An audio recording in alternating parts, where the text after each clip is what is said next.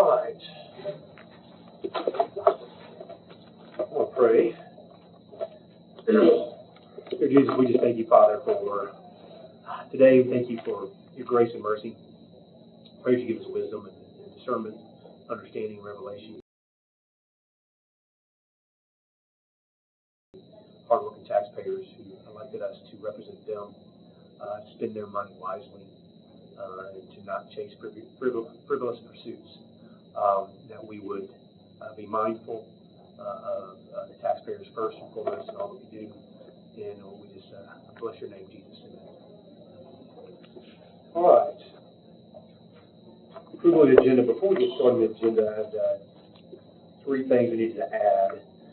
Item 4F under transfers, payroll. I guess 4F1 wanted to add a D and E.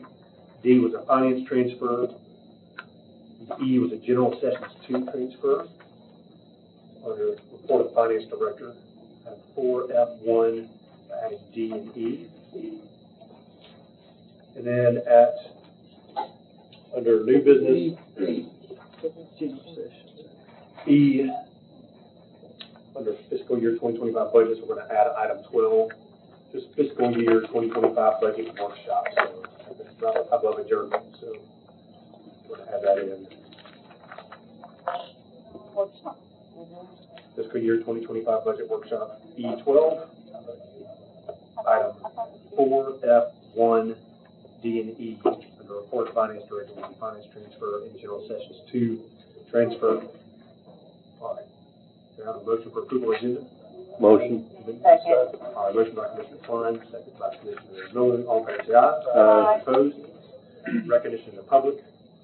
All right. Approval of the minutes, May 13th. Entertain a motion. Approval. Motion by Commissioner Klein, second by Commissioner Brown. All in favor, say aye. Aye. Opposed? For the Budget Committee Chairman, July Budget Committee meeting date,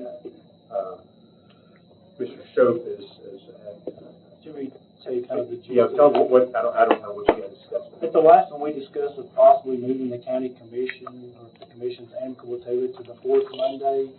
The next thing to do would be actually to move, if possible, and that's what I was going to ask the committee, and there's a couple of reasons, you know, we get the date. Well, If you look at this calendar, it's the 5th Monday, David, and Monday 29th.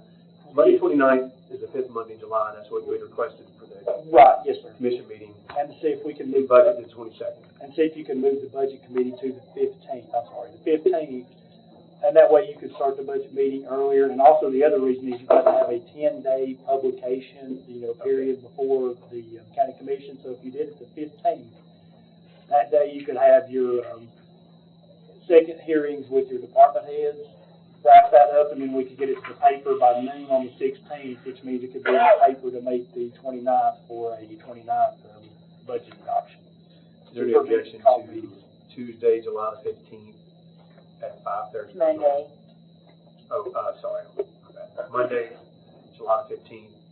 Would you guys want to do like 5:30, or is that too early? You might want to see early as you can if you're going to have hearings and your regular meeting. 5 o'clock. I can make anything work on Oh, we need to do 4 o'clock. So, I'm sorry, I'm trying to. Monday, July 15th. Okay. What time? If you guys could do 4, probably be good. So you want to change it to 4?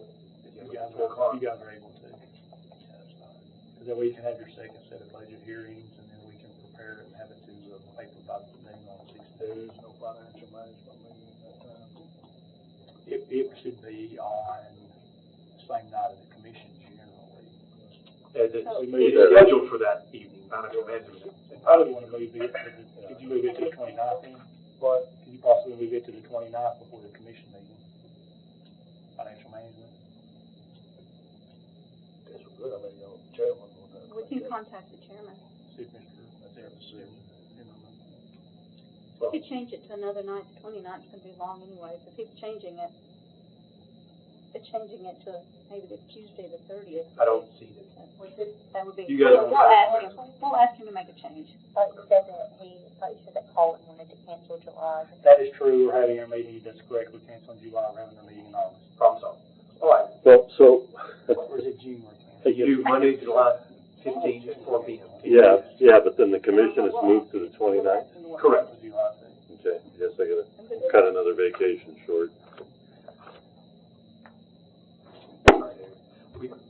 I guess we did bring this up 2-3 weeks ago. Yeah, but these plans have been made for months, Which step? Well, the 29th. It's okay, Okay. we'll figure something out.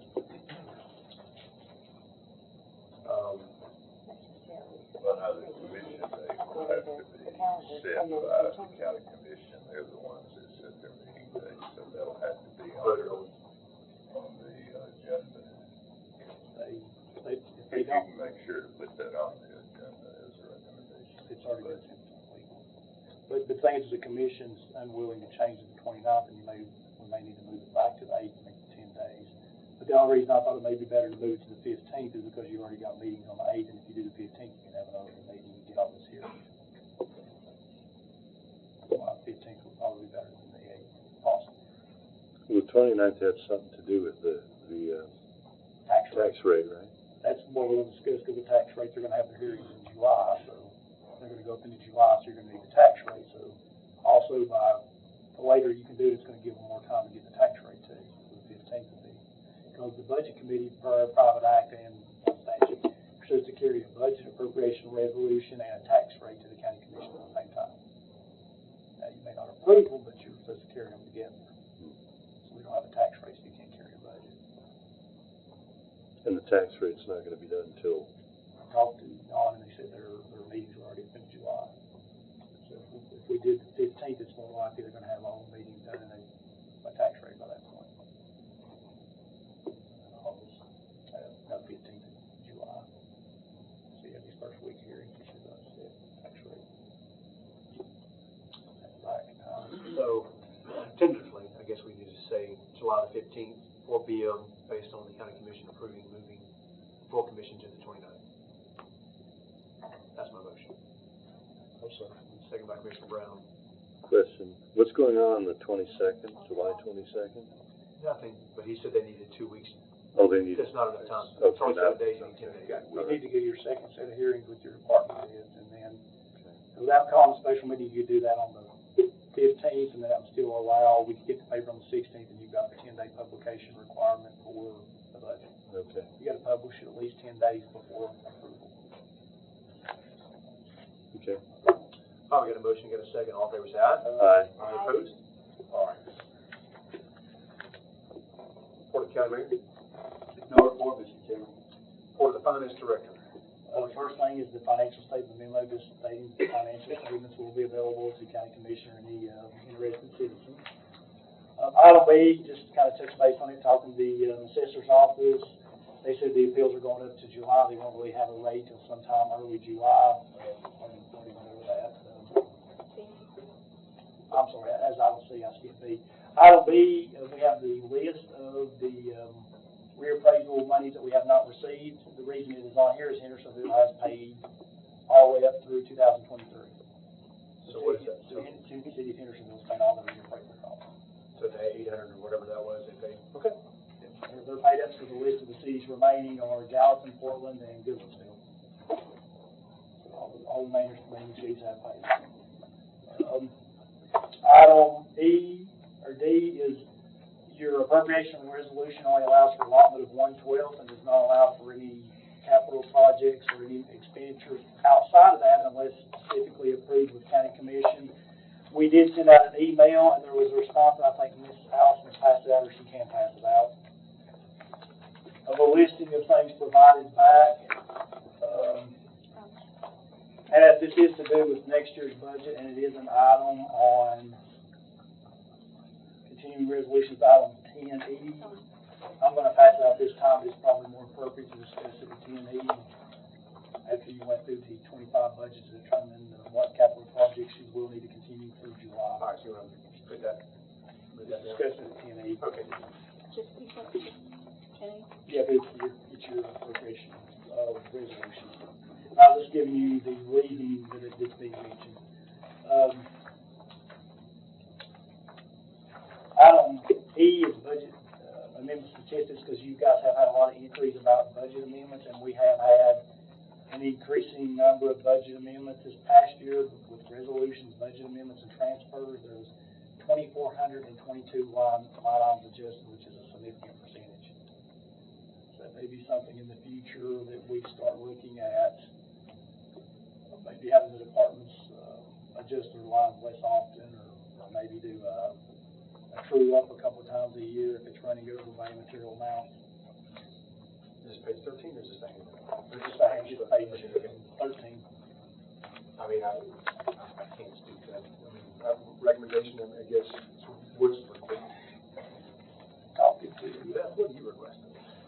talking to Dustin from Nashville or from Davidson County, what they do is a true up twice a year where they actually adjust their line items. You may want to start looking at it because we are growing, and right now we do spend a significant time on transfer to the committee and the office with us. So we're looking to close the window and opportunity to do those things. It's to streamline the process. Look at the way the transfers are done internally and be brought to the committee and maybe streamline it up a little bit. Do you need a motion for this, or? No, just bringing the statistics to you, and we might bring back a recommendation in a month or two, kind of study it a little deeper. But Yeah, we can make a note for that. another reason I brought the committee, you guys did have questions earlier about the number of transfers, and a couple of the committee members well. So I have a question. We need to open for discussion. We're in the middle of it. Yeah, a motion by Commissioner Miller. Second. Commissioner Klein, all in favor, say aye. Aye. Any opposed? Why do we have this? I mean, what causes us to have all these transfers? Is it more towards the end of the year? It's more toward the end of the year when people are running out of money, but if you look at some of the budgets, like everybody are in a rush. Some people put the same budget year after year, even though their expenditures don't completely line up with their budget. So if you, like tonight, if we went through a couple of the budgets, you can see that they have line items that are zero that they historically, the last couple of years, have been spending money out of. So, yeah, I think it's partially when they run out of money, and part of it is some people are presenting more toward a status quo budgeting, but it should have been changed at this point. So it's a function of budget. It's a function of budgeting, yeah. So, okay. Is it a function of bad budgeting? Well, I think some of them are in a rush, and there's, not to say anything bad, but if you look at some of them, there's line items that they spend money on regularly, but don't budget in, and other items they transfer during the year. This became a process. It's easier to kind of figure out what I think my total is and then adjust it during the year, but it's caused a lot of transfers. But these total lines amended are for the entire year. Yes, So whether you do it earlier or later, it's still the same amount. yes, it's a transfer. Can you remind me how many departments we have? I think it's 37 or 38 now. It's according to how you break them down. 38 departments and 2,400 transfers. Yes. That was the line. That's all amendments, it's not just the transfers, it's the appropriations and everything. See, that's 427 of those were transfers along with the month of May. Yeah, Oh, yeah, 427 transfers. That's what the 7 or 6 plus pages of list of transfers. Today. 427. Yeah. so spend it or lose it. Well, I don't think that's necessarily, I just think that maybe a little more truing up, looking at a true up process. And Dustin and I have been working on creating a true up policy. Been doing what, some suggestions he had had, that's why I'd like to review with David and then. it may save us significant time, and then if you have the true up, you may also be able to review it before budget and see which lines aren't being adjusted during the budget process when it should be.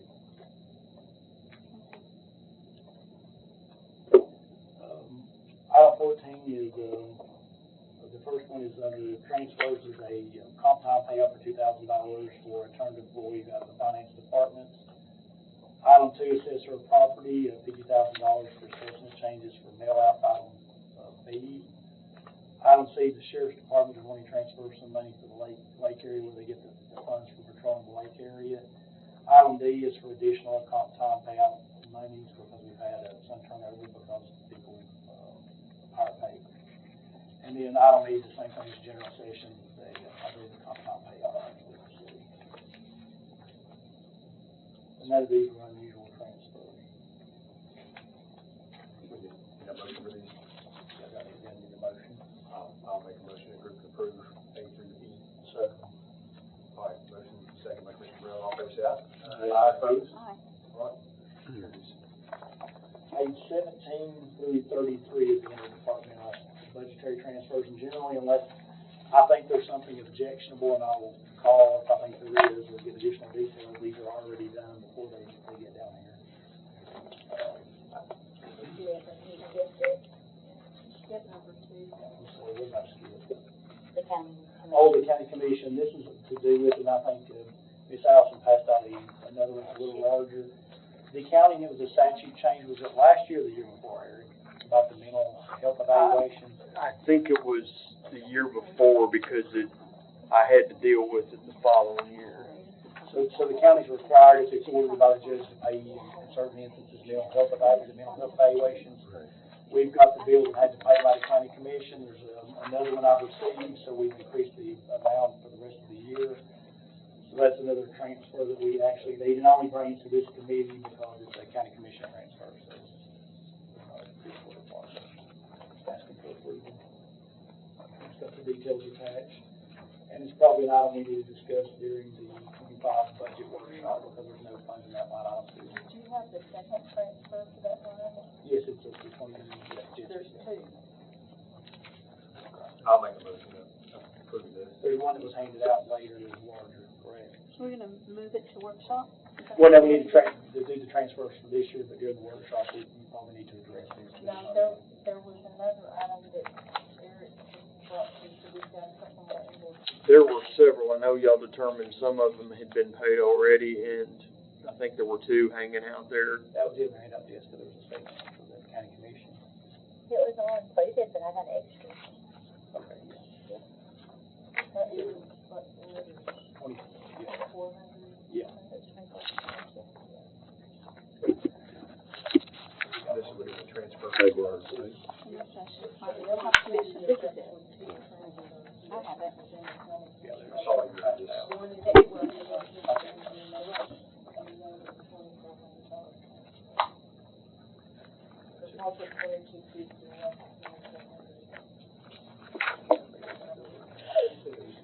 No evaluation.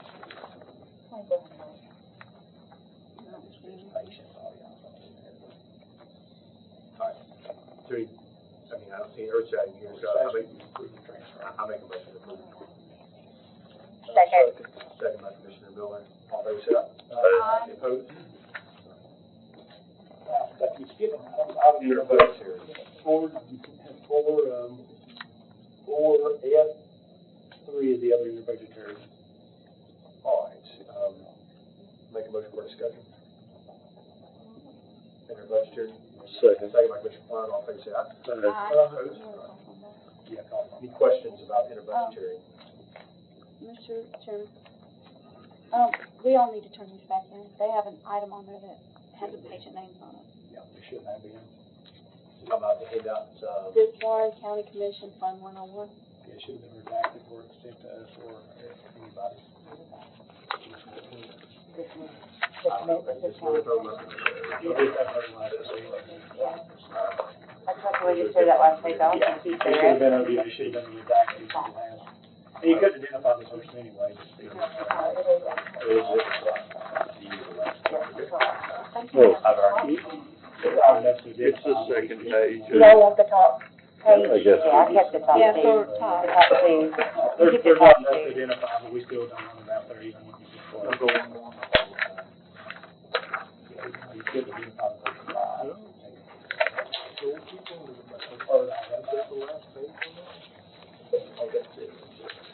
Are there on other interbudgetary, we have a motion, second, other discussion, anybody have? Motion to discuss. We've already done it, it's, floor is open for interbudgetary on these, so if anybody has anything to ask or question, now's your time. We have a minute. Yep, That's your first page. pages, basically 34, what this start on. Through 40. Interbudgetary.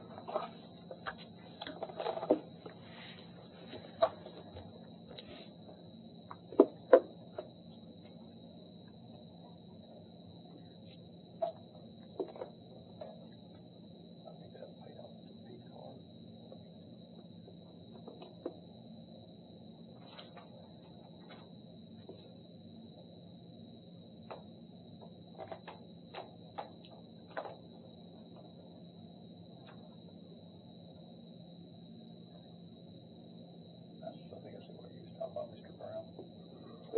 The rental charges, I think that was paid off of a P card, and we're covering the line item now.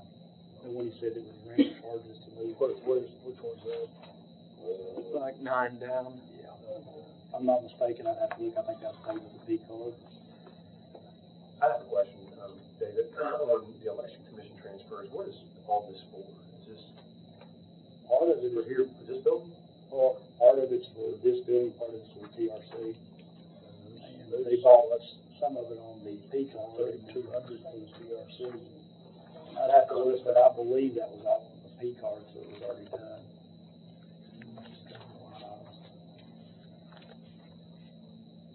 What line did they take it out of? Well, they just paid it out, they covered it for them. I'd have to look, but I believe that's the situation. But it was in an appropriation fund. Do we have that in an appropriation fund? No, we moved it to rentals, but you had it under other materials and supply. Oh. Cover, keep a line item from saving after they already bought it, P card. I think it was still P card. What about on this second page, where it's talking about the new courthouse moving boxes for $45.40. Okay, that's a lot of moving boxes. It would be, there's a lot of stuff in there. That's how they got a lot of these things. Yeah. Boxes and stuff like that. Regarding, Yeah. regarding obsolete computers on line 35 for the assessor's property.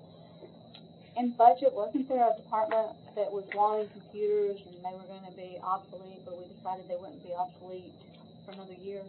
I don't remember That what was his department. sister's office. That was the assessor's office? Well, they just went and bought them. I think he's gonna buy them in 2 lots, wasn't he? In 2 parts. I believe that was his intent, to buy part of this year and part of next year. When he was talking to you, that'd be a question for Mr. Lane. I could be mistaken. All right, is there anything else on this, questions anybody has, or motion you'd like to make? There's, more transfers for the Brown Park for permits. That was already done by Ms. Northfleet before it was sent back to Gen Ops.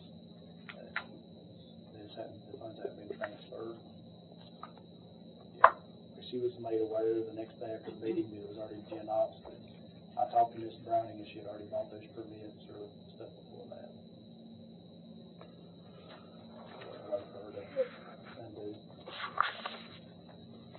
I don't know if now's the time to mention it, but I have updated spreadsheets on all the money spent on Brown Park. I don't know if now's the time to mention it or. Probably not, I mean, Okay. at the same time. So what? You want to make a motion to stop the transfer, I guess, it's already happened. Yeah, If you want to make a motion. well, here's the long and short of it, if I may. We've spent $198,000 roughly on engineering and architecture. Of the $500,000? Well, it's coming out of 4 different accounts. And, so. We spent we had the county originally appropriated $100,000 for a park plan and part of the Brown Park. They spent, I think, it was around $95,000 of that. And then they had another 125 local appropriated, 500,000 for the Brown Trust and a $625,000 grant.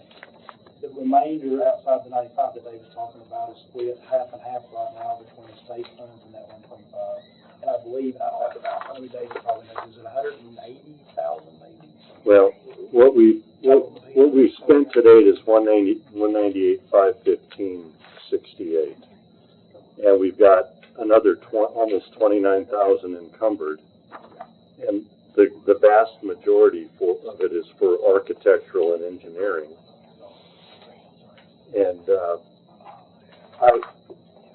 I'm still not sure where we're at with this project. It seems to keep going and going. And What is this status of that money being transferred for the resolution? The 500,000? Yeah. I don't, Mr. Sittler, do we have any update on the 500,000 coming We've from? received no correspondence money, nothing. Okay, so we've been dipping into the 625,000 grant money, the 125,000 that the county appropriated to match the grant, the 100,000 that was transferred from Station Camp Greenway into Liberty Creek Park, and we've been pulling out of the general fund, looks like $1,500 so far. And we did pay some, or money was approved at the finance department last week for 2 new invoices that, that totaled $6,000 more. Now, for the contract, you already have, that's what I was talking to David. Right. It's supposed to go back to Gen Ops, but it's just like Ms. Norfleet, if she's got a contract and a PO, and they've done work, we're gonna have to pay them. Our other only choice is if we're not gonna continue with an existing contract, we probably need to get involved with legal and see if we can. I'm sorry. Well, kind of, there's several moving pieces on this. The 95,000 amount, the 100, around 95, I believe, David, sounds about right. It's already gone. You had a PO out, I believe it was $180,000. It's got about $20-some thousand left, maybe less now there's payments last week. But what I was telling David, they've moved the park back to Gen Ops, but we already have a contract and PO out on that project. So if we're getting in bills for work done, we're going to end up paying the work based on the contract. And for the work that isn't done, we need to do one of two things: let it proceed and pay it out and figure out if we want to stop, or two, probably get Ms. Norfleet to approach Eric or Steve and find out if we can break the contract if the work hasn't been done and stop. That's kind of where I'm not clear where we want to do, if we want to continue with the existing or try to break the contract and stop. Well, General Operations had a little dog and pony show several months ago on what the concept was, and we're into this almost $200,000 in design, and General Ops has not seen anything. I don't know if the mayor's office has seen what's been designed, but it seems like a lot of money if we're still in conceptual design. So we don't know where we're at with it, and we don't know where we're at with the $500,000, and we still haven't received the key on the building to assess our primary responsibility, which is to make sure that the jewel of the park is taken care of, which is the 200-plus-year-old house. So, Well, I'm gonna bring us back into yeah, sure. these budget transfers.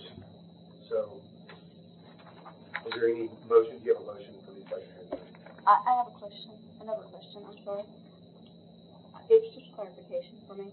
On page 39, under courthouse and jail maintenance, we have all these additional items that we need, which is fine, we need stuff.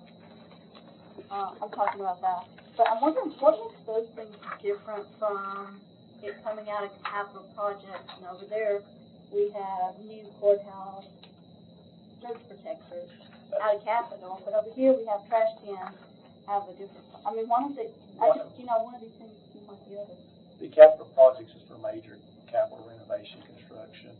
The courthouse construction, those surge protectors are things that are actually used in that courthouse. They're fixed. Right, they're fixed, or even if they're supplies and we're not buying them from bonds, the other funds that we put in there, that we buy several things to equip the new courthouse. But these other ones are for existing buildings, so they don't reach a capital threshold. So because we are levying property tax in there for capital purposes, and our capitalization threshold is $7,500, we try to keep everything below $7,500 out of the capital projects fund. And then you have the other pot of money, which is the courthouse and jail maintenance, which we generally just try to do just courthouse and jail maintenance out of it, so everything else goes under county buildings. That answers your question. It's not really for the larger. I just wanted to know what the difference was. If it's part of the project. I had no problem with them, I was just wondering how it divided. I just saw here, the have on, under Gallatin Library on page 38, has a $4,500 electricity increase. Is there an issue there with maybe a big piece of equipment? $4,500 is a huge electricity increase. More than anticipated, and we could look at it tonight and see if it's one that they budgeted lower than history, if it's just more than anticipated. Both of those things that happened. Plus I think they cut it. But I would dare say I don't think it would be a electrical cost. If it was water, I'd be more worried. So you think they just ran out of money in that line? Probably. We can compare it if you want to the workshop, we can compare it to the store and see why we think it's that. We know it. Anything else on this? No. Other than the budgetary? Right. Let's go on to old business. Item A, City of Gallatin. We had this on old business every month. We can keep on the old business on.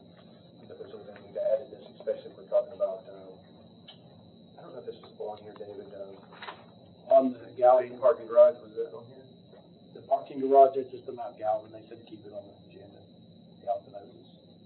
Correct, but, well, we actually made a motion in legislative to send it was supposed to be here in budget. I never saw it got removed. I don't, if I'm missing it on this agenda, correct me. But in budget, you were going to look at the feasibility study of it. Commissioner Chauvin made a motion 2 months ago to look at the paid and what would be possible, and I don't think that was. I have Justin trying to gather information right now. We're getting the deeds and see if there's any contracts out, and he's looking at other ones. And I think he's approaching this Northleaf, which is approaching the engineer to determine if it's even feasible in that garage to do paid parking that way. Okay. So we're looking at that, and then we've also got to look at everything to make sure it's not making a profit. It's not a for-profit business. There's several things we have to look at before we're anywhere near that point, but we have got somebody looking at it, and I'll find out where he's at on. I think we did make a motion to legislative to kick that specific agenda item over to this committee because we found out the deed. The only deed restriction to the property is 35 spots from the senior citizen retirement living, and then what came up is the church was guaranteed parking spots for church service on nights or weekends. So basically, we discovered, if you're going to do paid parking, you pretty much had to do it during business hours. It couldn't do it on weekends or nights because of those two deed restrictions as part of the deed. So 35 spots are guaranteed reserved. Then basically, the daytime only would be the criteria. So, but we could just kick that back, so I would want to make sure that's on this agenda for next month. Okay. We're still in the process of gathering a lot of that. That's fine. Okay. It'll be a while, but we'll put it back on the agenda. Put it on the agenda. All right. Item B, additional funds needed for autopsy, second reading. The estimate's still good. That's the one I asked to stay here for a second reading because we wanted to get more bills and see if our estimate was correct. Our estimate would be the same as what we're going to be over. It hasn't changed. So we're good for this? Yeah. How much is an autopsy? Was that, did you say $800? No, that was the evaluations. I'm trying. I want to say 600, but that could be way off. I'd have to look to be. Is it more than that? I've been here for 15 years. It's changed a lot, so I don't know. But we can look tomorrow to just contact the office and we'll tell you. All right. I'll entertain a motion. So moved. Motion by Commissioner Brown. I got a second. Second. Second by Commissioner Boyd. All in favor, say aye. Aye. Any opposed? All right. New business, education, pending approval education committee, budget amendment 2, and copy release. We have a motion for these. I'll make a Motion motion. for discussion or motion for approval. Just a minute. Yeah, just a minute.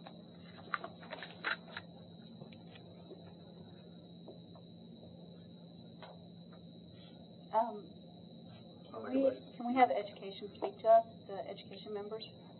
Yeah. You will get a motion for discussion. Motion for discussion.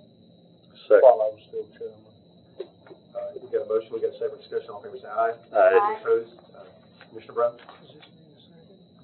What did you say, yes, that's I'll second it. Do these need a second reading? Well, they need to wait the second reading on this. So they came to us with a recommendation for approval from education, is that what I understand? Was it approved in education? Yes, it was. So I'll make a motion to approve and waive the second reading. You gonna, on budget amendment number 2? That's when we're talking about. All right, motion is to, approve, waive second reading.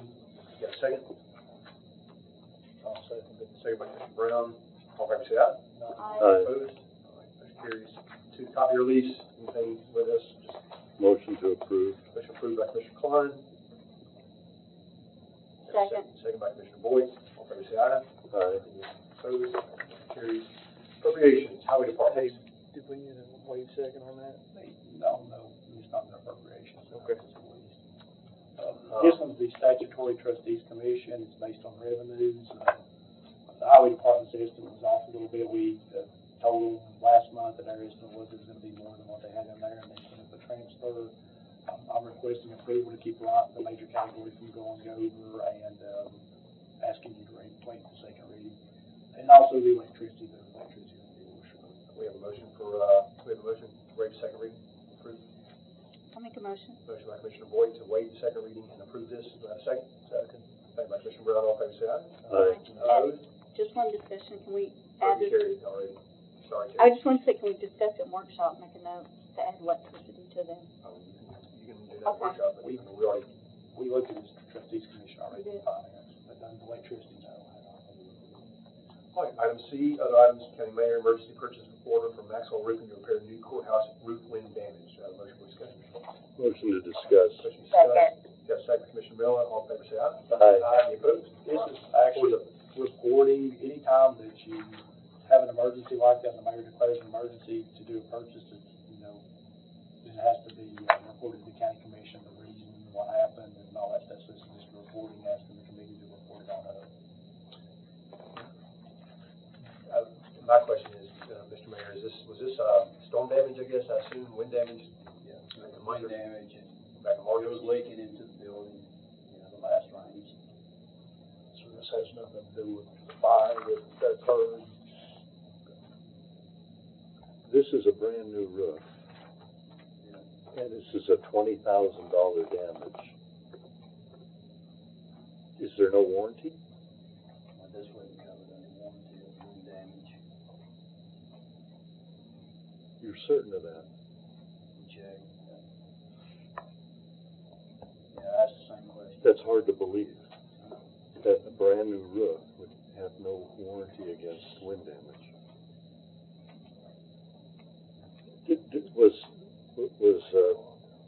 Mr. Chairman, may I address the mayor? Was there an analysis done of what could have caused $20,000 worth of damage to a brand new roof? I didn't do an analysis. I didn't climb up there. Okay. Could we do an analysis after the fact? You're welcome to climb up there if you want to. I will. Okay. And the work is already done? Okay.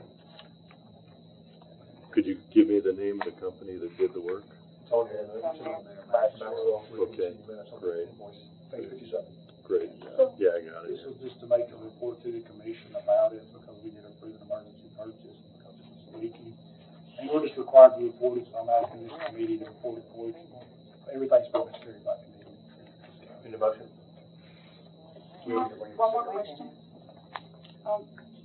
So when I look at the picture, and I think I'm just wondering how, I don't know about this. So on page 61, was it this beam here that broke loose? Is that what I'm seeing? I'm not sure. Because it looks like it's sitting on a piece of another. Oh, yeah, What is that's that? part of it that broke off. So this beam broke off? Part of the roofing, yeah. Yeah, if you pull the picture back, you can probably see it better.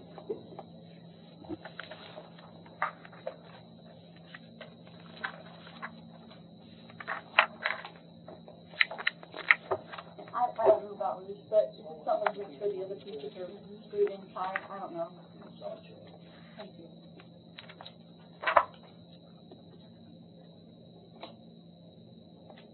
We need to waive a second reading with this, David.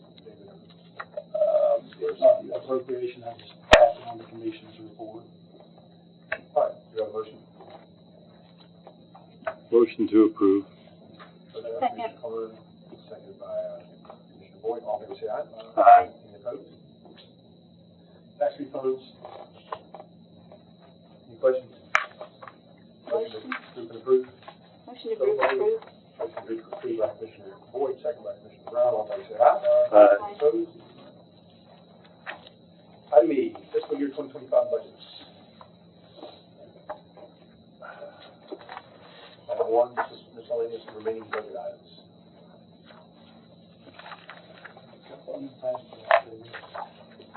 I make a motion that we make that item 12 with workshop. All right, got a motion by Commissioner Boyd to move item 1 to item 12. Wait a second. Second. Second by Commissioner Klein. All in favor, say aye. All right, motion carries. Item 2, local revenues. And that's, it's just to be passed out maybe, but since we don't have a, tax rate, one thing I wanted to mention about local revenues, the local revenues in your budget show a total for local revenues, but they're not distributed correctly, so when we get the tax rate on whenever it is in the July meeting, I'll go ahead and adjust those revenues between those lines to make them actually fit the reappraisal. Okay, that makes sense. Nothing to do with this right now.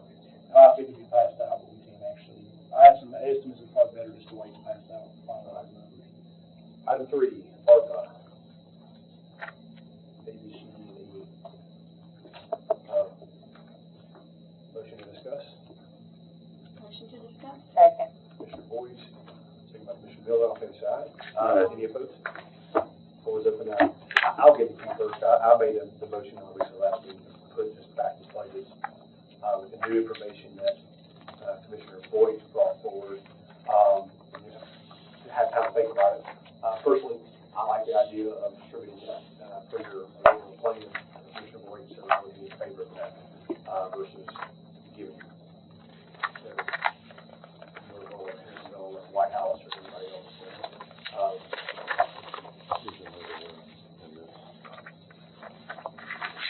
You presented this up. Yes. Would you like me to speak to it now? Yes. The one thing as I was looking at this, we all had an email this week. I sent out an email to everybody. I forwarded what Kim Norfleet had said, that also out of this ARPA that she had found that we could purchase the, what they call smart books for the police cars. Did y'all see that email? It's about $500,000 that we can also take out of this fund.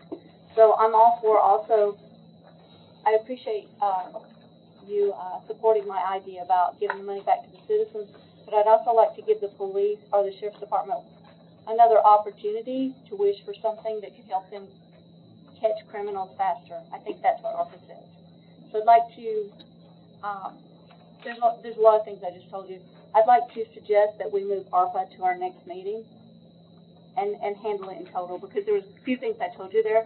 Ms. Norfleet came back and said that we can take $500,000 of the remaining funds and take it off our capital project smart books that the Sheriff's Department has asked for. So that's a good thing. This is a current request they had made, and we can use the ARPA funds towards it. Motion to defer ARPA until July. Do I have a second? Second. Second by Commissioner Klein. All in favor, say aye. Aye. Any opposed? All right, carried.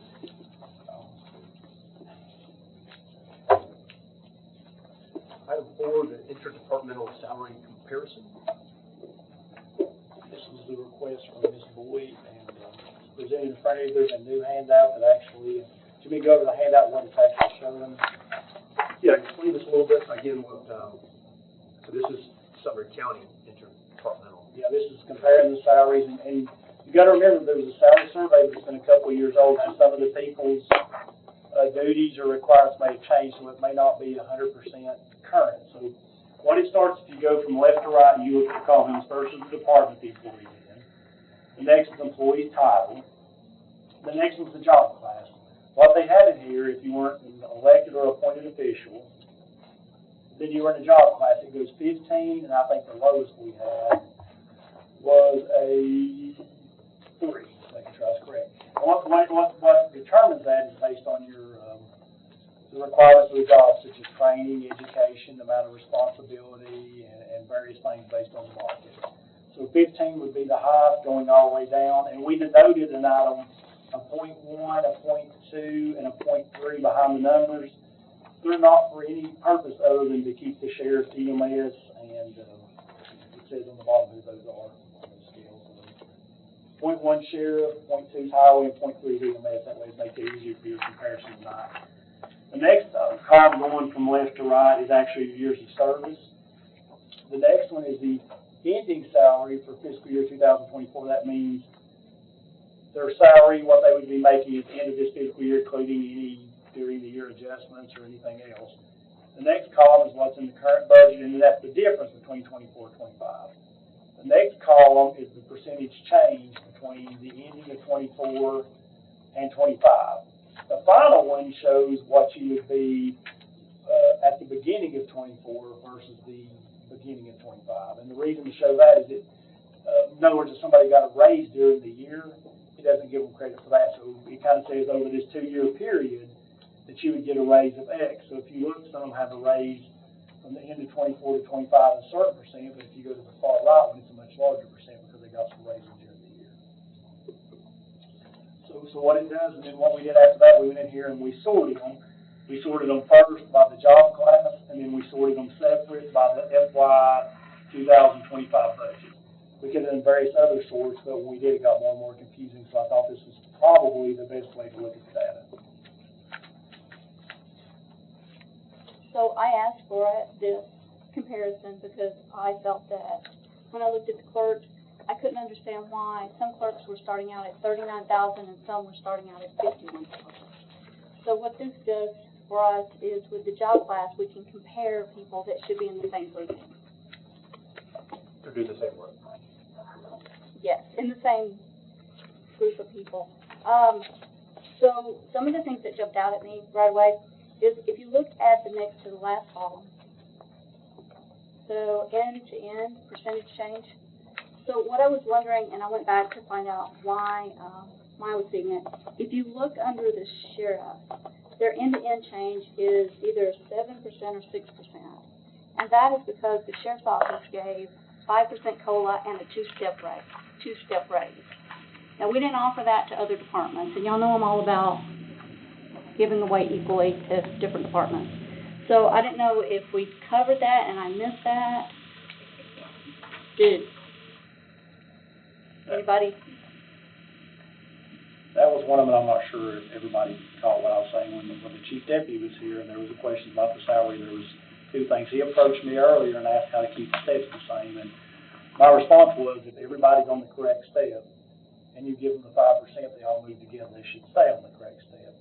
When we were looking at things, some people gave the cost of living plus a step, or the cost of living was smaller plus a step.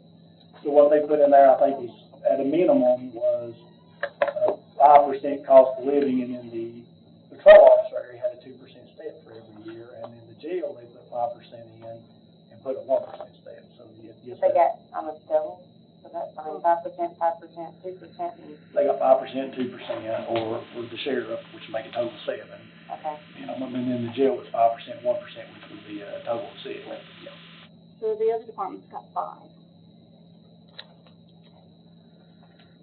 So to me, I saw that. I wanted to bring it to y'all's attention that, and if you look, well, you can see how that works out. It brings them higher to the level.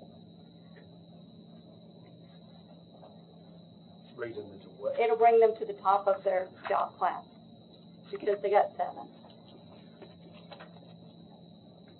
So all I'm saying is the other departments got 5, and I'm just bringing it forward. The sheriff's department got 7 for COLA plus. For 5 plus 2 steps. So I would just like to see the other departments get more money or something because they're getting left behind. I don't think y'all understand. I might not. So, explain to me, this is not fully understanding personally. I'm just, in other words, if you're going by percentage in this column, it's not just 5 and 7%. This is all over the board. From 40% to 20% to 11% to 5% to 7%. So if you look at 19%. So I think we need a little clarification here. I'm not following your logic right now. If we at the individual ones, you want to go back to that level. What you'll see is in the, you know how we have the COLA and then we have the additional? Correct. I remember that. So a lot of these in the next to the last column is just straight up COLA. But when you go down through there and you see one that's like 24%, then that's COLA plus an additional. So if you went and looked, if you looked at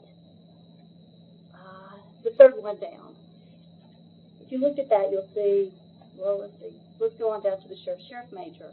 If you look at that, you'll see the 7% increase. That's COLA. Instead of 5%. Exactly, that's what I'm saying. So, well, it's COLA plus 2 steps is what it is. So it's the 5% plus a 2-step. Plus the extra they asked for. And in this No, case, is that, just if we pull up that one, I think it'd be easier I'm to just- see. Yeah. Well, It's on page A25, the sheriff's department. so comparing what you're saying with A25. Right. So if we take a look in the details.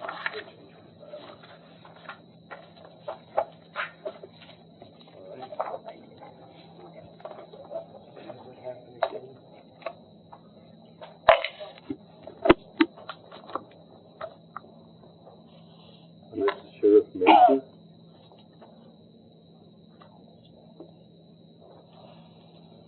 Second one down.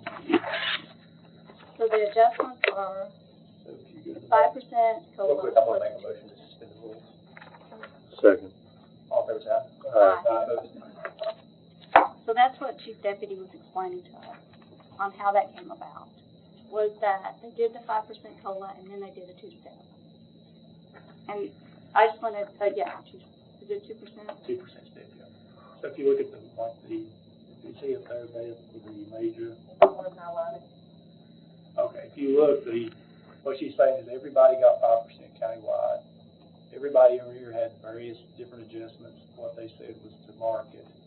And the sheriff put them here because of 2 things. One, because there's a 2% step, and some of them have a 2% step plus an amount for, I guess it was longevity from other places. Those are the 2 things he put in there. So everybody has a minimum of step. I just wanted to point it out. Well, my question is, I mean, if the goal was to bring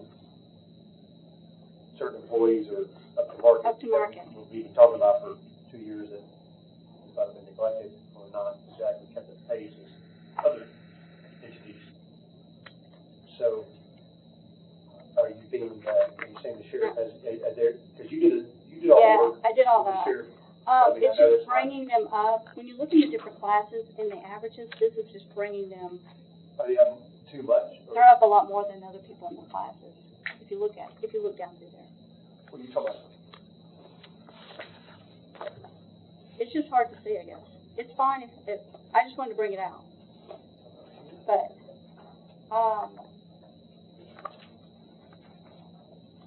it's hard to see with EMS in there with their overtime also.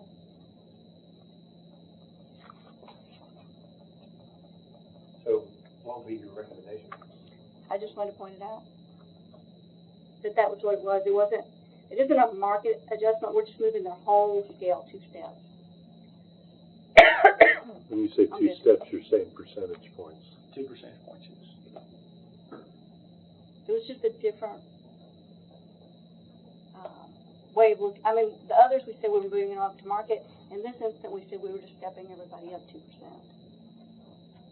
I'm fine with it. I just wanted to bring that up. We just moved their whole scale 2%. So, I guess my question is are they above market now? Or are they just independent? What I hear you saying is it's unfair and not equitably just.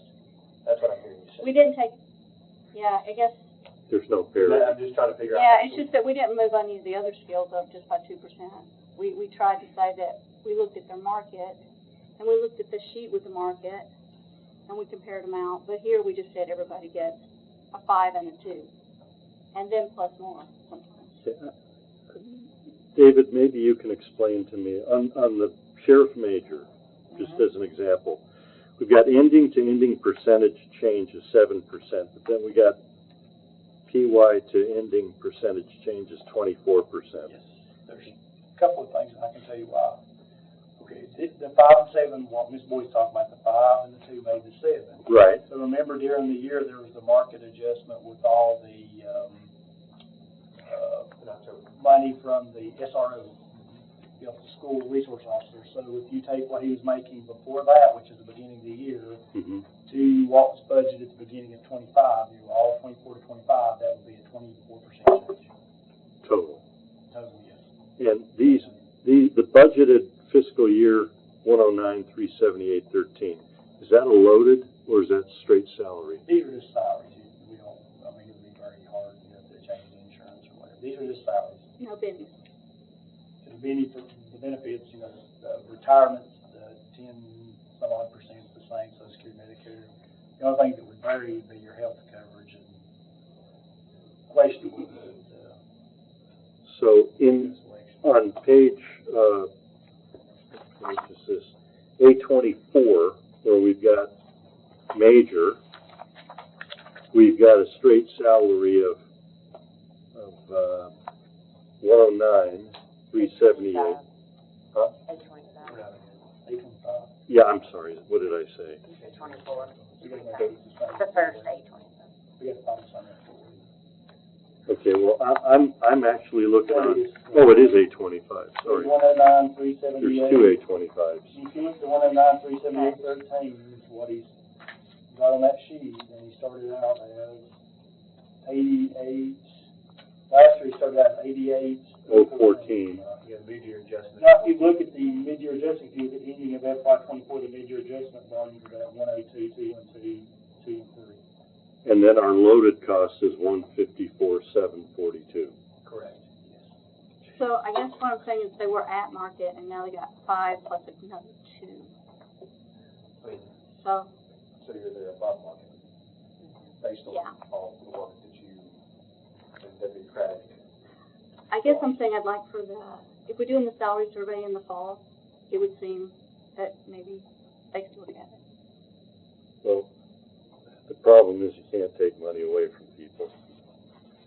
I mean, that really makes people mad. So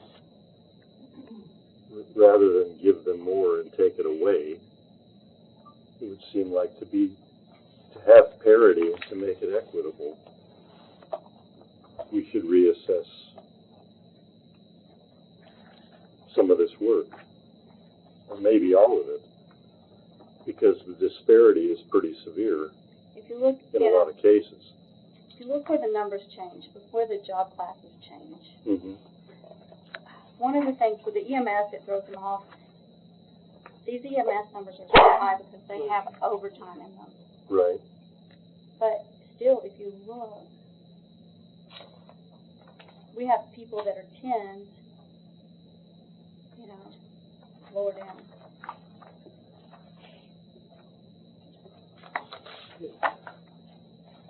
So we've got, and the point again is the point 3.2 is one is the sheriff's, and then the highway department. Yes.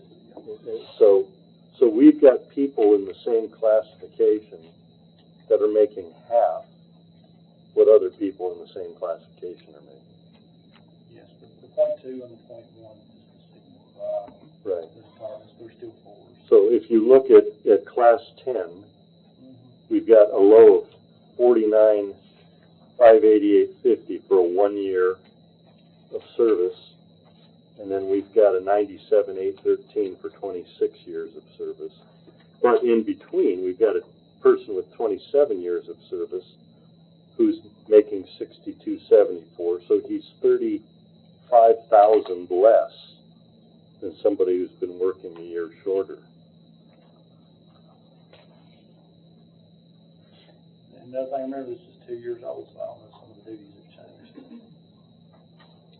And then the nurse you're looking at, David, there's no raise on that because that's the DGA employees that's paid directly by the state. What are you looking at? That's like the one you're looking at for the 49 on the pink, the 49,880. Last 10. Okay. Notice she has no raise on there because that's the direct grant access employees from the state. And they're going to bring back, after the state approves their budget and grant, they're going to bring back and ask for their cost of living.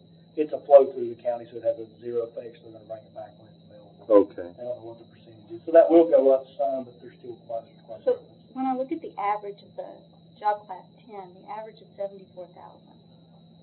And we just have a huge range here.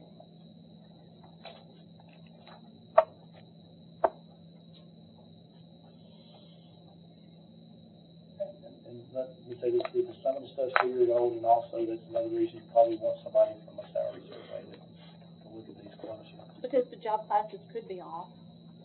And then also you have overtime to play for EMS, because they're some of the higher ones. And then after you pull them out, it doesn't go quite as far off.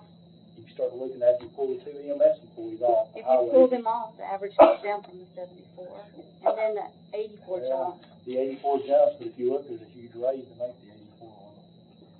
Right. It's made this year, it wasn't that way at the beginning of the year, it's a 17% increase if it's approved. So I'm not an HR expert. You're not? I'm not an HR expert. It's just, when I look inside these job classes, let me take you to another one. Okay. Let's look at planning engineer, planning director. I like Josh. Josh is here. But with Josh's budget, and he only took the 5%. What page are? Okay. I'm on the first page. So this is what brings me to say we might need somebody. So if I look at Josh makes more than all our elected officials except for the sheriff. And Josh, it makes more than the mayor. The sheriff makes $1,500 more than Josh. Now we denied Josh the additional raise he asked, but I'm saying our salary scale, that one really jumps out at me as like something's wrong with our salaries. And then if you go down and you look at the planning engineer makes more than our elected officials. Our elected officials, Carolyn's here, she's making 128, and our planning engineer is going to make 133.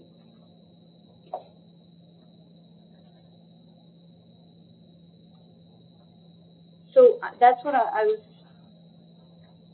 kind of looking at these and going, I'm not an HR expert, but that really tells me that our salary scale is somewhere off. Now, if I look at the salaries at 5%, we would have handed out $2.3 million. But we're handing out an additional $2.7 million. So we're handing out $5.3 million in raises. So about 11% overall. But not everyone's getting that. A lot of people are getting less than 11. Some people get more than 11. I don't have a solution, but I'm bringing it up and saying we should look at these. If Barry and I talked about this and talked about this, but she knows that I'm opposed, or I said I was opposed to a review of the salaries, because I've never seen one happen that we didn't come out hundreds of thousands of dollars more than we stepped into it. But she has done a lot of work. I would suggest there's nothing we can do tonight, like she said, she just brought it to our attention. And we shouldn't try to correct anything tonight. We really will make a bigger mess than we've got now. I would suggest that we move forward with the idea of possibly bringing the budget after we get settled this year, a review of salary schedule. And that does mean that there can be corrections without taking away. You can make adjustments on increases to make us fit whatever we find out from salary review. But we probably will have to, I'll admit to you that even though I'm opposed to that, that may be what we have to look at, but I don't think we'll be able to do it tonight.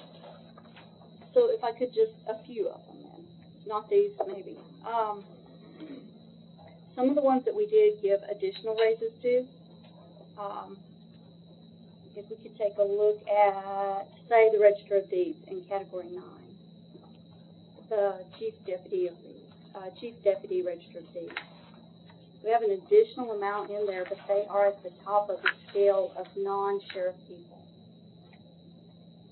And I don't know, this goes back to my whole, like, if we have a category of people, they should be somewhat lined up with each other. So if you looked at 9, and you see that the deputy county clerk is making $65,000, but the deputy clerk and register of deeds is making $79,000. So, I'm just saying we didn't never hit on them. But if you want to go forward, I'm good. It's just that there is some. Well, I'm not saying this because the register of deeds is a constituent of mine. John is a constituent of mine. The register of deeds is a constituent of mine, and I don't know how many more, but I'm just saying, I think you're onto something that needs to be reviewed. I think it needs to be a very elongated study by some professional that knows what they're doing. And because I don't see that there's anything that we could safely do tonight, but I guess you have persuaded me that we do need to talk about this and review something. And it can be corrected along the way. I'm just gonna have to real quick.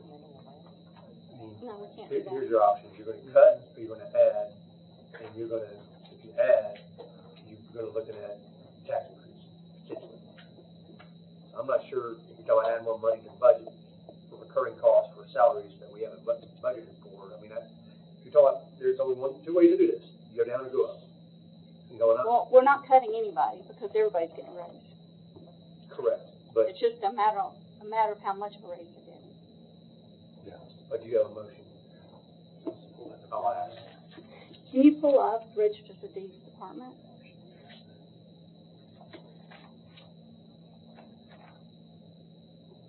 First, I want David, like, as far as the rest of our agenda we got tonight. There's about 4 items.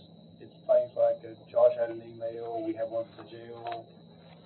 And I've got them over here listed out, there's a few small I'm items. just trying to, Okay. we're getting close to 9 o'clock here soon, so I'm just trying to figure out, how much more do we have 5 more hours here tonight, or? No. After the salary, we can talk about 4 I want to items. move this to workshop.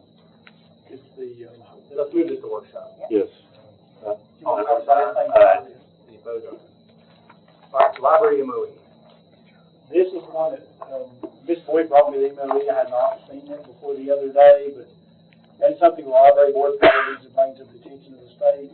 But, if you look at my email I sent to Mr. Show, the amount that the cities give to the county, we appropriate, as they flow through the county, they get appropriated. So, Which page? These pages are double numbered? it's a 179. Am I going to the top number or the bottom? The bottom. Which one is that? That's what my email knows. 179. But if you look on page, so if you look on page 179, if you notice, I've got circled and read 2,734,760. And if you go to the next page, the actual budget is 2,734,760, but the 117 from the cities is including that number. In other words, it flows through and we appropriate it back for books. So that, it looks like that 117 is counted twice. This is something, because, you're above the MOE amount, but if you put 117 in there, you're not. So this is something that the library board or whoever done the report here probably needs to bring to the attention of the state that the bottom number should be the 2,734,760. Top number is 117,000 too much. You talking about this 2.8 million down here? Needs to be adjusted down? It should be 2,734,760, and the top number should be 117 less. Okay. Okay. Are we within MOE? You will be, because your total is more than last year's budget if you look down every one, except the one because of insurance. But my understanding when I talked to you and you had talked to the lady at the state, was my understanding earlier, at this report, that all the MOEs and this total number together down there. If you take our actual budget of 2,734,760, and you look on page of the general fund, this is how you can tell it's listed. It's on page,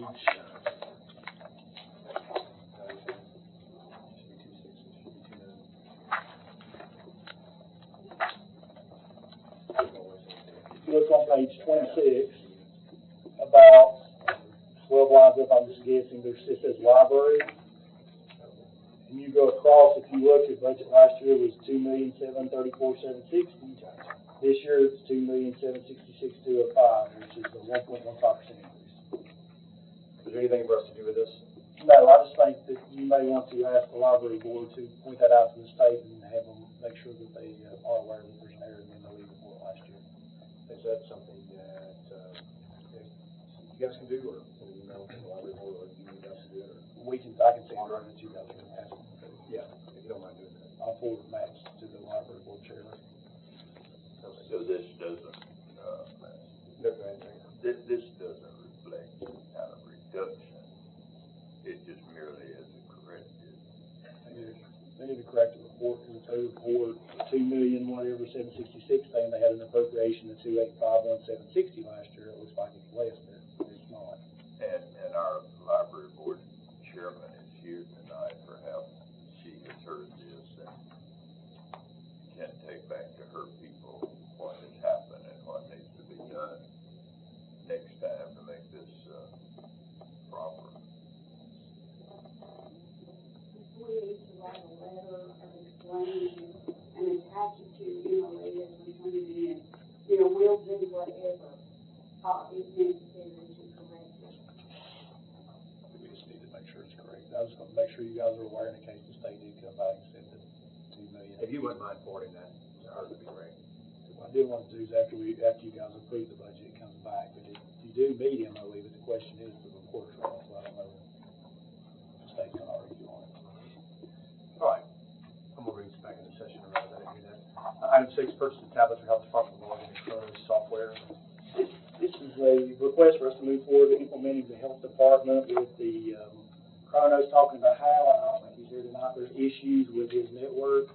It can be overcome with some tablets, and Robert, our IT director, is here tonight. But it's a request from the Financial Management Committee, and they're requesting, I guess, $1,900 of that amount to be added to the IT budget where they can buy them next year. Is there any discussion on this? Have a motion? Motion to discuss. Second, by Commissioner Boyd, all in favor, say aye. Aye. Opposed? Mr. Chairman, we know that with the health department, very little is paid for by the county. And this, is this entire amount of these tablets being borne by the county? You mean for the health department? Yes. Yeah, but they're like 19, but they're going to be used for the county employees. DGA clothing materials. Okay, so the state has no responsibility here at all? We're asking them to log in on their system using their resources. I don't know, that's probably for the amount of money you're talking. We can ask how, but I don't know if that's something you really want. Well, I just, I think it was at $1,900 today. This came, this passed through financial management? Yes. Volunteer or? We did not look at the actual cost, but, from what I read through the emails, there have been problems in the past when they looked at Kronos implementation because they didn't want it on their state system, their computers. So I think that, Mr. Tuttle's idea of using the iPads at a significantly small cost is a great idea. We stay out of their state systems, get some iPads there, they log in, they log out, and it's really insignificant. Okay, so we're doing this for us. Yeah, Okay. and we tried to Give a motion to approve. Motion to approve. Second by Commissioner Burrell, all in favor, say aye. Aye. Opposed? Joint meeting with the Education Committee. You always have a joint meeting with the Education Committee each year. We will need to do the publication, we will need a education, a budget for the school department because it's part of their publication. So there needs to be a joint budget education committee or whatever mechanism you want to use to approve a preliminary school budget to publish. Well, we're meeting on the 15th, so is education going to meet with us, or? Well, can they just meet, I mean, does it have to be joint? I know that. It doesn't have to be, you can have them do the week. It has to be long. They historically have, but they. That's not, that's, well, I mean, that's what's always, not happening, well, that's what we said last year. So, I mean, yes, you could invite them to have that meeting before with you guys, or, is theirs the week before? I mean, is there any detriment to doing their own meeting? I'm aware of. Because if they gotta put it in budget anyway, so. not that I'm aware of, if they approve it on for the budget, then you'll have it the night of, 15th? the 15th to put into yours if you approve it and publish. If not, then we may be looking at August for the budget. Or how it goes. We might be doing that anyway. You don't have a tax rate or, I mean, 5 years ago, we did do the budget until August 19th. but the only reason I mentioned do it in July, if you do run into problems, it gives you more time to deal with the problems and go into So August. you're asking for a joint education budget meeting and then another budget meeting and then full commission? I think kind of what you're mentioning may make sense is to let education approve it, send it off forward, and as a requirement on the same night as budget. I'm just, making comment, so. I just mentioned it because there needs to be some mechanism to get the approved education budget to the budget committee for approval or disapproval, and if they disapprove and send it back again, then we've got to wait for the next draft. Yeah, but here's, let's say you do a joint meeting 2 weeks before, they get passed through there, they can still fail a budget. What if it passes or fails? I mean, I don't see this, I don't get the redundancy at this point, but that's just me. I'm just, The education meets the week before, don't they need to definitely, they definitely have to meet before, but they don't have to. So if we're meeting that week before, that normal, then they could just approve the budget and say, no, you guys will put it on the agenda. I mean, it's gonna happen, I'm just saying, if you got an education and budget meeting, a joint meeting, then you're gonna have a budget meeting 2 weeks later again, or a week later again, to do the same thing. Right.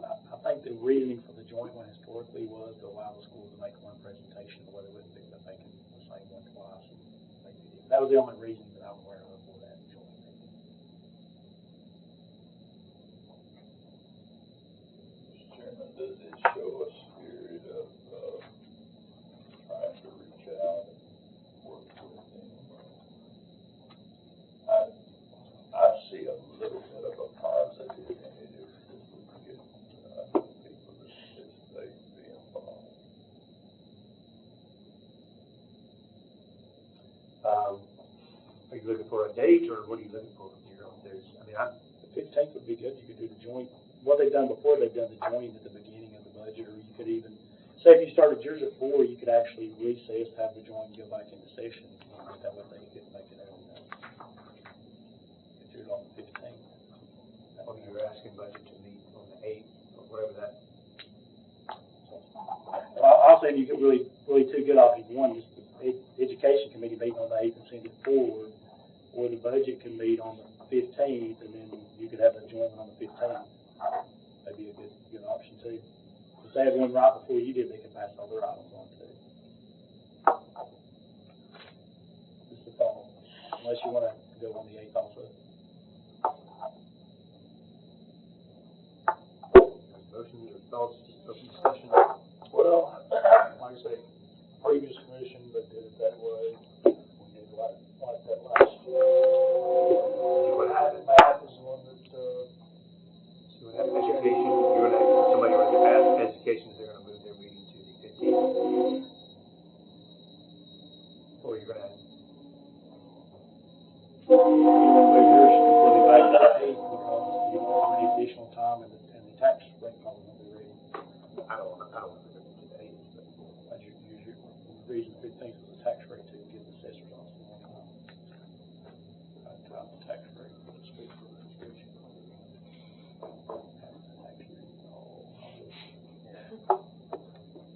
Can I make a motion that, Mr. Long works out some dates and gives us some options? Well, I mean, that's really probably your best two options there. So we gotta make a decision. Well, I mean, they're your best two options, and you can do anything, but the best two options, one, just let them meet on the 8th and pass the budget on and have yours, or if you want to join, everybody can have the 8th and the 15th, they go to the 8th and join, or, and then have another one, or have the. I'll be here on the 15th. I'm saying you could have start your meeting at 4. Education meets the first Monday, which is July 1st. Oh, so it's even earlier. Yeah. It meets July 1st. And that's probably gonna be a problem anyway. Yep. So by your rules, you want it going through education, because by the private act, it just goes through budget, but that's your rules, all this stuff is. about the first and the eighth, you're gonna wanna give yourself as much room to get the rest of the dust to settle on this other issue. I'm personally just towards, I mean, I don't care what education does and what education wants to do, but I mean, we've moved our meeting to the 15th, so. We just need to send an email requesting that they consider the budget this month and send it on to the budget committee. The budget committee is not gonna meet on the 8th. Nope. But, I mean, we're meeting on the 15th. We've already moved it. We voted on that beginning. I know the workshop. The committee meeting is also. No, because we have other committee meetings on the 8th. So another Monday. Education meets the first Monday, which is the first, so it would not be the 8th. That's not their normal for either. No, no, budget is normally on the 8th, second. Well, you could do it that Monday. You have to. You have to do it. I guess you have to do it on the 8th, not the first. You could do it joint with them on the first if you're just doing a joint January 15th. The reason for the 15th is to allow the tax rate to be done. So. Yeah, I mean, we still need to keep the 15th. In my opinion, the 15th is regardless of what. If somebody got a motion, I'm gonna vote against it anyway. So, whatever you guys want to do. You're not getting a motion from me. I'm quiet because I don't have a holiday scheduled. You want me just to request the education, or request the budget from the education committee, send an email? I'm not sure who to send it to, but.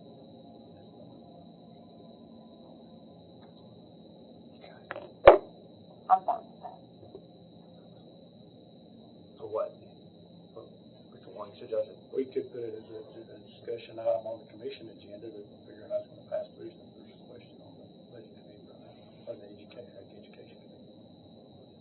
I mean, the education committee meets on the first. They've already got a scheduled meeting. Whatever issues they have will be resolved on the first. Well, we've got 3 committee meetings on the first as well, right? Yeah. You have education, you have, highway, General general education, emergency services. Yeah, so, Just to simplify it, I could just have our staff to put the education committee on the education budget on the 15th, and then, we could request it from the director of schools and put on there contingent upon the education committee's approval, if you want to do it that way. However you guys want to get it over here. Or to your committee. I'll leave it up to the committee, what you guys want to do as far as joint or separate, so I'm not gonna, I'll wait for you guys to. Mr. Hyde, you have more experience in this than the rest of us. Which do you think is the best option? I would prefer to reach out to the board, but that's entirely up. That doesn't mean that you're committing yourself in any way, but it's showing that you're reaching out. And, but I'm not a member of the committee except ex officio, and I can't make a motion, but if I could make a motion, it would be the 15th. Joint. It's a joint. Or joint education committee and a budget committee.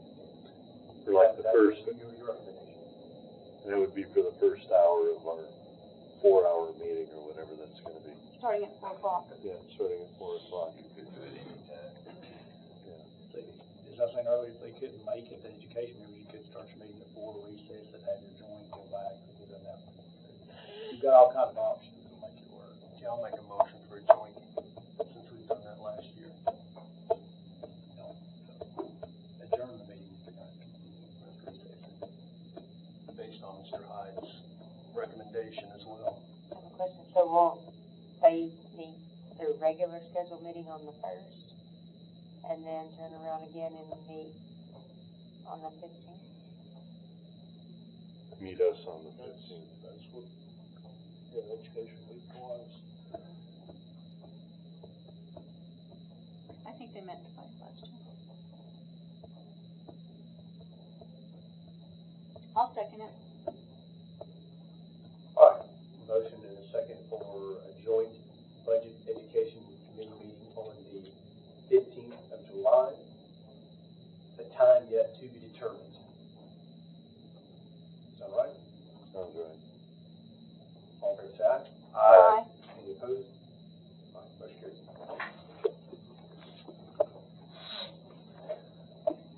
All right, budget hearings. That's the same one, probably on the 15th would be the day of the budget hearing, so we'll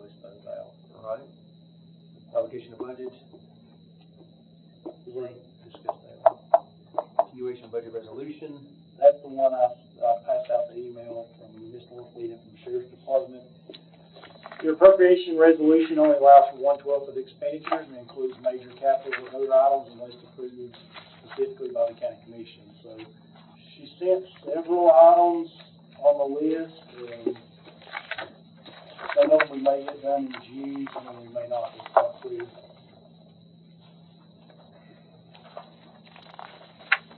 The first one, they mentioned the ambulances and the Westmore EMS station, and then we continue on that process. So what are we asking for here? I'm sorry. I mean, we're doing, Basically, if you do a continuation of resolution or a continuation, correct. you only get 1/12 of expenditure. So we have several major capital projects that are in the middle of various places. Is that in our package? Page 191. It's what we passed out in an email. So we asked for a list of them today, and Ms. Norfleet sent us a long list of them. Oh, the resolution. Oh, 10E. Thank you. Sorry. This is you, you'll have to be deciding what you want in your continuation resolution. It would do it automatically, except for you probably want to do one way you can continue your major capital. Because otherwise, if there's not a PO out, then I'm going to put a screeching halt to all capital projects. The first one's the courthouse and parking garage, and that one you probably definitely, same one, Franklin Street, and we'll probably want to continue all those in July. For sure. Josh may know about a few of these. But if we just like the pedestrian bridge, and everything about it, some of these, she sent me anything about that. I mean, it doesn't matter whether we're going to spend probably the roll anchor. The last We do need to spend money. There's, I of think this there's, page, of 10E, I guess the last page is the continuing resolution. All those pages, they got that. Hey, Jeremy, you'll need to suspend. Make a motion to suspend the rules.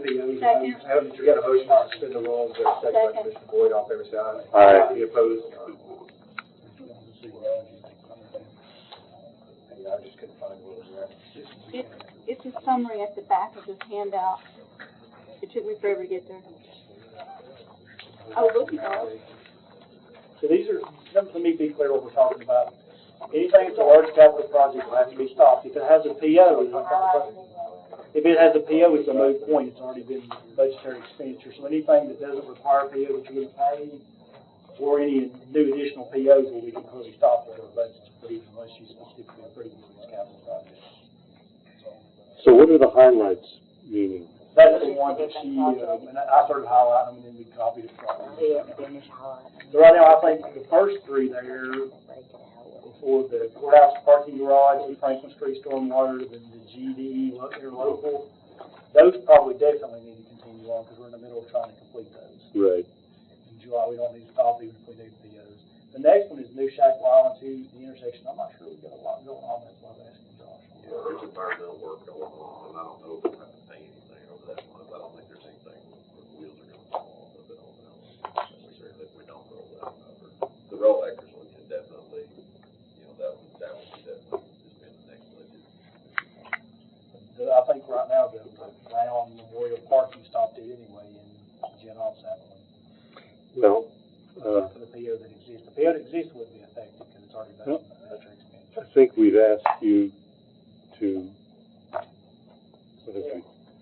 We've stopped spending, yeah. So we'll take it out of the CR? It'd come out then.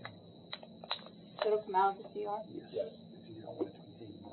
The broadband ready, you approved it last month, wanted to move forward, you probably need to go ahead. The tribal funds, they've got some of it's going on right now. Can we, it's left to be obligated. When are we gonna talk about that obligated, what we wanna use it for? Not tonight. Got it. Archive. The archives, I think the bid's out there. Workshop? I moved to work on it. Not this. We have to go back on that because we have to meet an Travel. architect for that. It needs to be a workshop. I know you said you were doing the architects. In a workshop. She didn't know. She's gonna sit. talked about that one. So somebody said we needed an architect for that one. You saw it, At 41,000 we do? Or is that number wrong? Air unit up there. All right, so archives, roof improvements, are we putting that continuation budget, we will put that on top? We replaced it, needs to be done in July, or, I was waiting on you. Did you send me an email? Let me see it. I don't know what's going on with that. That was a geothermal unit? It was a geothermal unit, and we're replacing it with a modern unit that's not geothermal. A regular electrical compressor condenser. But we were told that that's a structural change, and we have to have an architect look at it. I remember that now, we wanted to move the geothermal stuff, and we tried to run it through, but our engineer wasn't necessarily happy with it. From what I heard, is that correct? That was geothermal, we were looking at the geothermal stuff.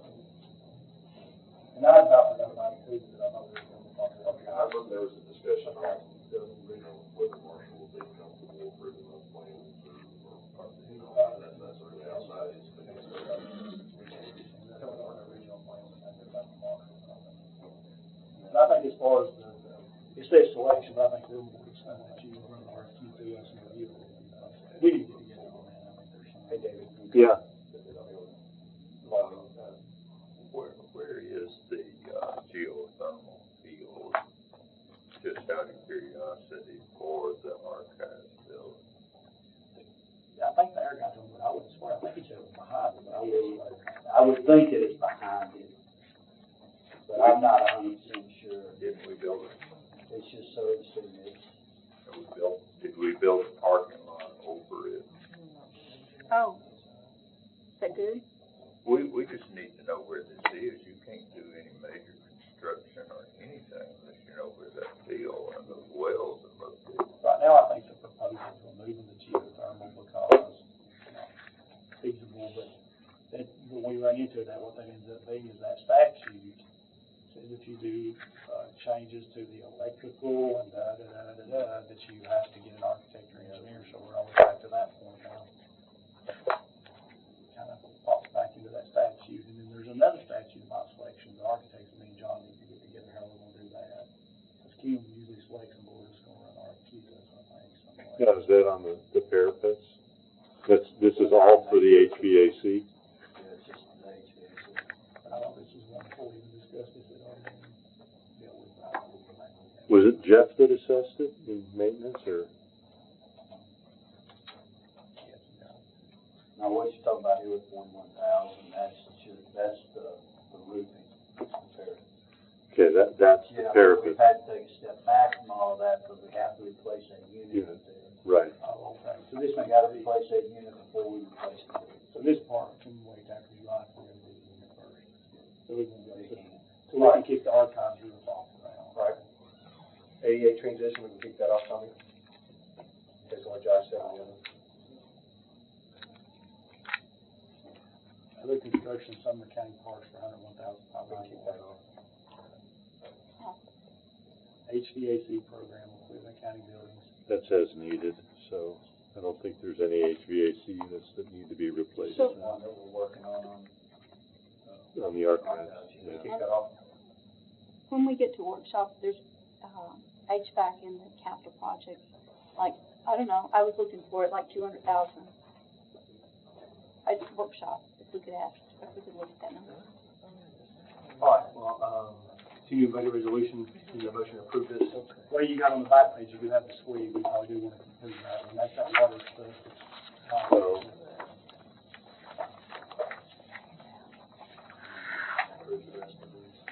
I think most of these are kind of in like the Hendersonville Capital Investment Grant for the,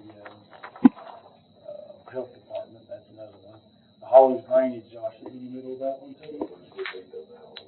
okay, so that needs to continue. I would volunteer fire department, you got that one.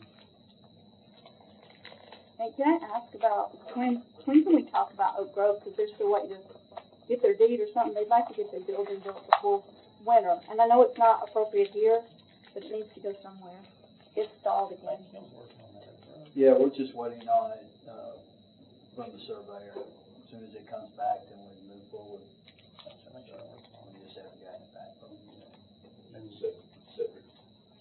Totals and all that has to be mapped, so that part, it's got to be Flat erosion and all of that gets flat. Okay, they just asked me. You got the sheriff's best equipment, the EMS ARPA for Westmoreland, if you wanted to continue, I think the mayor's knee deep in that one too, if I'm not mistaken.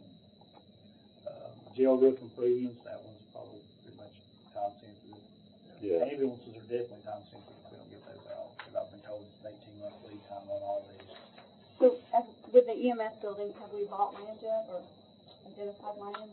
Is there a building there? I don't know. Yeah, the land that we brought to Jenna. yeah, so we're moving forward on that. Yeah. Is that Westmore? Yeah. Yeah. That's, I'm I was just- waiting on a response, but, yeah, we're ready to set a closing date on that. It can be removed too. So right now, it looks like, let me recap and make sure we're not missing anything. Those first ones that did the courthouse all the way to GGE interlocal agreement, needs to be carried forward. Right. And two new shackles, I don't know if 258, we do something. Yeah, there's environmental work going on with it, I know. There's all kinds of stuff that the state is making us look at in that intersection, as far as culverts and stuff like that. So the new shackle, 258 intersection 2 needs to be carried forward. Okay. You said the rolling acres, that was okay to wait, so we can mark that one out. The William and Martha Brown Trust will be marked out.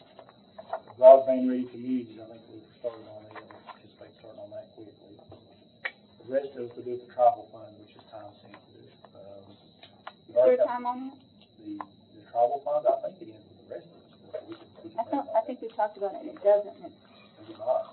it doesn't have any restrictions. We can use that for anything. We should just put it, Okay. we should like use it for something and move on. Okay, so we, Can you check for restrictions and time? so do we want to carry that one over to them, just not the. Can you spend it before then? Before, the end of the budget, the end of the year?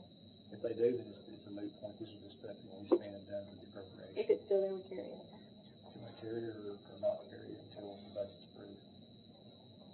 Should be. I just think we should spend it sometime.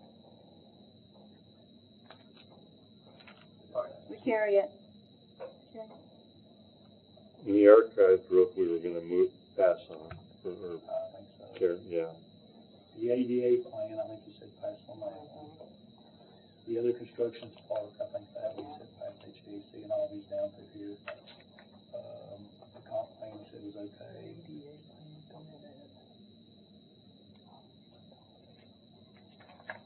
And then the back, all those pretty much need to be carried forward. Fine. Got a motion?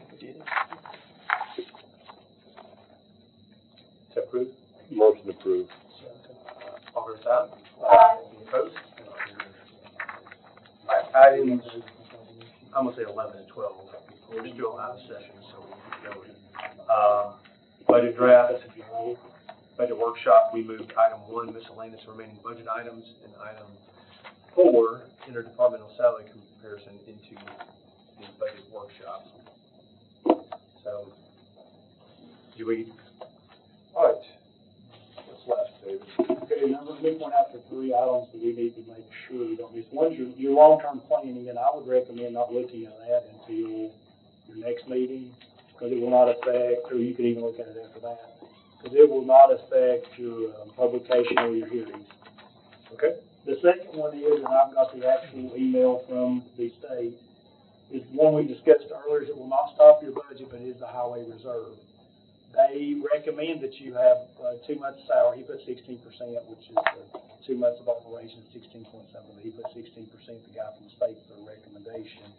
They said if you have anything under 8%, they will give you a note in the letter that you're deficient. The highway currently, if she pops it on the screen, has a total of $597,000, and if you click on those, Beth, it'll tell what those percentages are. He would have to have an ending reserve of that amount to meet 2 months of expenditures, or 2/12, and that amount for 1 month of expenditures. so he's short those amounts that are in blue down there. Just making a note, it will not stop your budget, but you will get a note from the state, or a letter from the state saying they want us to do cash flows and watch the funds. How did we get so low?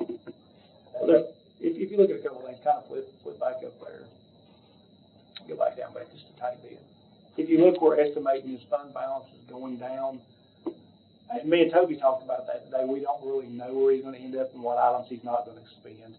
He mentioned, possibly not spending some funds, but if you don't spend on this year and wait for the work for next year, we don't do anything except just shift funds for the next year to be spent. That's one of the things. So we're showing, if you look at the difference on those two fund balances, that's quite a bit of it right there. And then the other thing, if you look at, is the difference between revenue and expenditures next year. His revenue rose slightly, but his expenditures, the same thing. He had a budget disparity last year too. His revenue slightly went down, and his expenditures slightly went up, but he had about $1 million disparity last year too, which is why it's showing up over in here. Hmm. So we carried the disparity.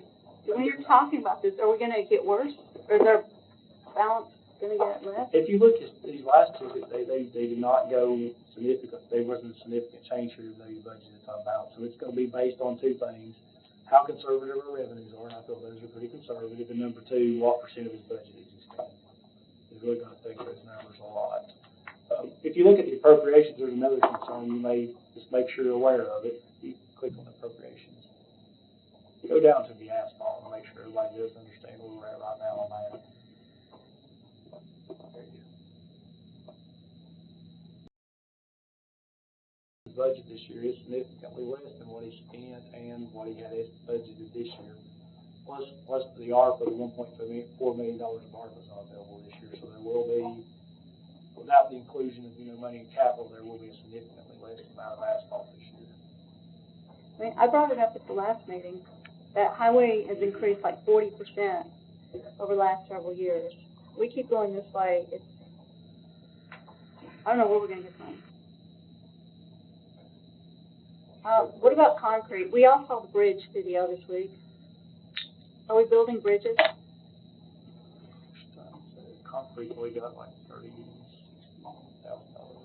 So we're not doing bridges. No. I don't think we're constructing them. So that would be That's like, on Nashville Road, that'd be a state bridge. we have county bridges. Oh, the one on the video was not. Yeah, that's Nashville Road. I know. But we have county roads, county bridges. But I don't guess we're doing those. All right, so what are our suggested options here for you? So $300 something dollars, that's $396. You got two options. You can shift revenue over to the budget, cut expenditures, or leave it as is, and the state will give you a letter saying that we need to monitor cash flows, and they recommend a higher any cash balance. That's really kind of the three options you have. Now, any revenue we send his way increases the MOU, right? Yes, he's on a 5-year average of revenues. Did we cover his, did we cover it this year? How much? Yeah, So we're like, what are we like, over you're probably like 200 above. 200 above? I guess. Maybe more.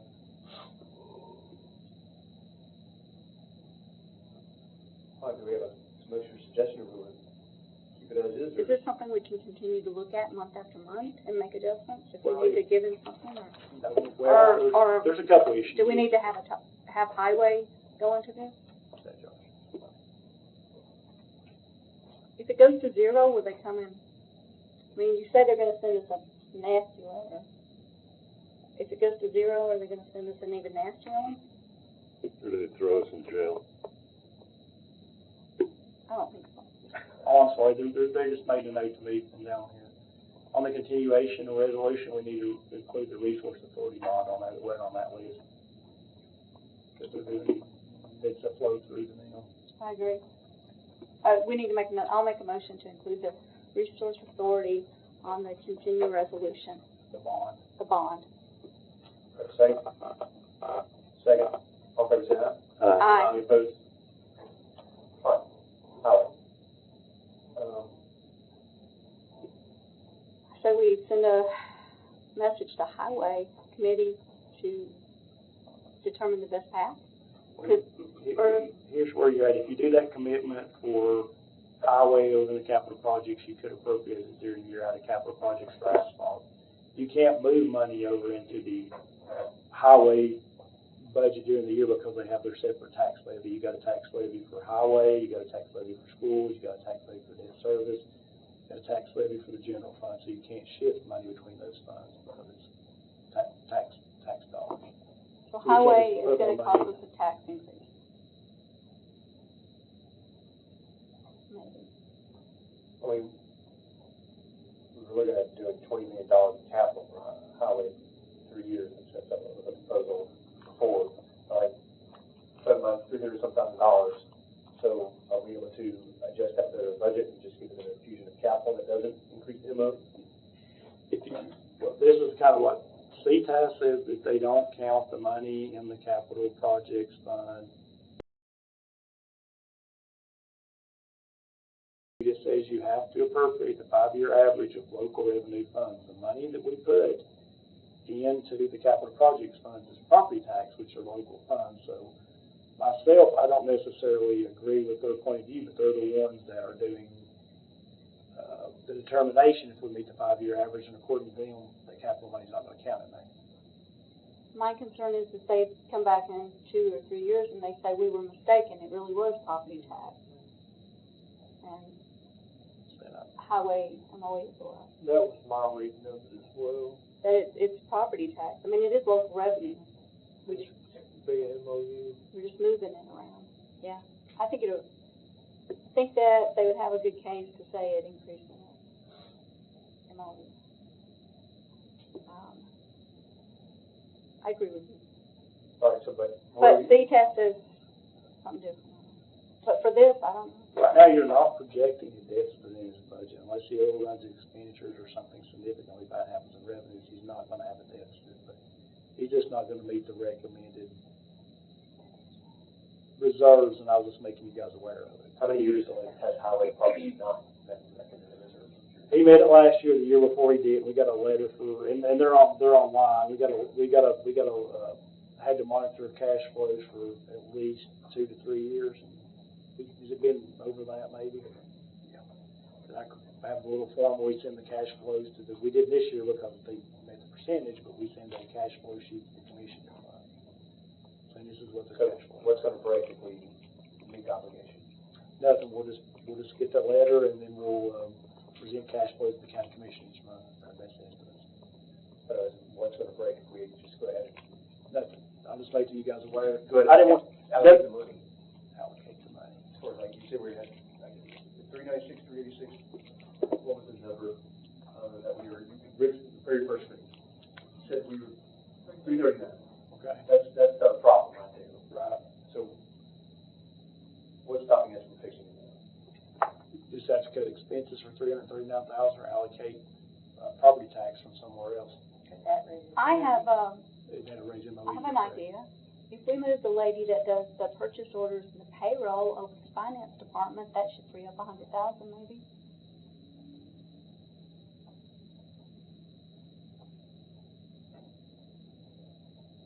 Is that a motion? I'm open for discussion. Second. Well, we're out of session, so. So there's two clerical. There's two clerical, right? So finance and the private act say that purchasing and payroll are in finance. So if we put the cost of one of those employees and put them over in finance and have them do payroll and purchase orders, and that would free up some money. Okay. And this is just to keep it in MOE. What will increase David's Well, MOE? Right. He doesn't have one. Oh. We can cut all their salaries. I'm sorry, but it's true. I mean, and the state doesn't look at his line item. I mean, I'm not saying that the state doesn't look at finances line items. They do look at Toby's or the pilot. Well, the 5-year average, but let me say one thing. I was talking to Toby today. We did most, if not all, his have, moved over, the bidding, and when I talked to him today, he did say that he was wanting to do the chronos, he just wanted to wait till we got a few more down the road. And he said he would be willing, or would like to, or maybe be willing to look at purchase or POs next year. He just didn't want to bite off everything at one time, that's kind of what he said to me today. And he might be willing to look at it. And I hate to speak for him, but I told him, I talked to him today. Is that his decision or financial management? It's really the financial management, but he was, as far as the bidding, he did move this over this past year with us. Is that administrative assistant making $114,000? Oh, it's 250. All right, so. Thank you. Is there a motion, or do we want to just keep this as is right now? I'd make a motion to move one of those clerical out. I would give him more room, but I don't know, without Toby here, I wouldn't feel comfortable with it. But it's an option for him. I mean, it would relieve him of some budget money, or some financials.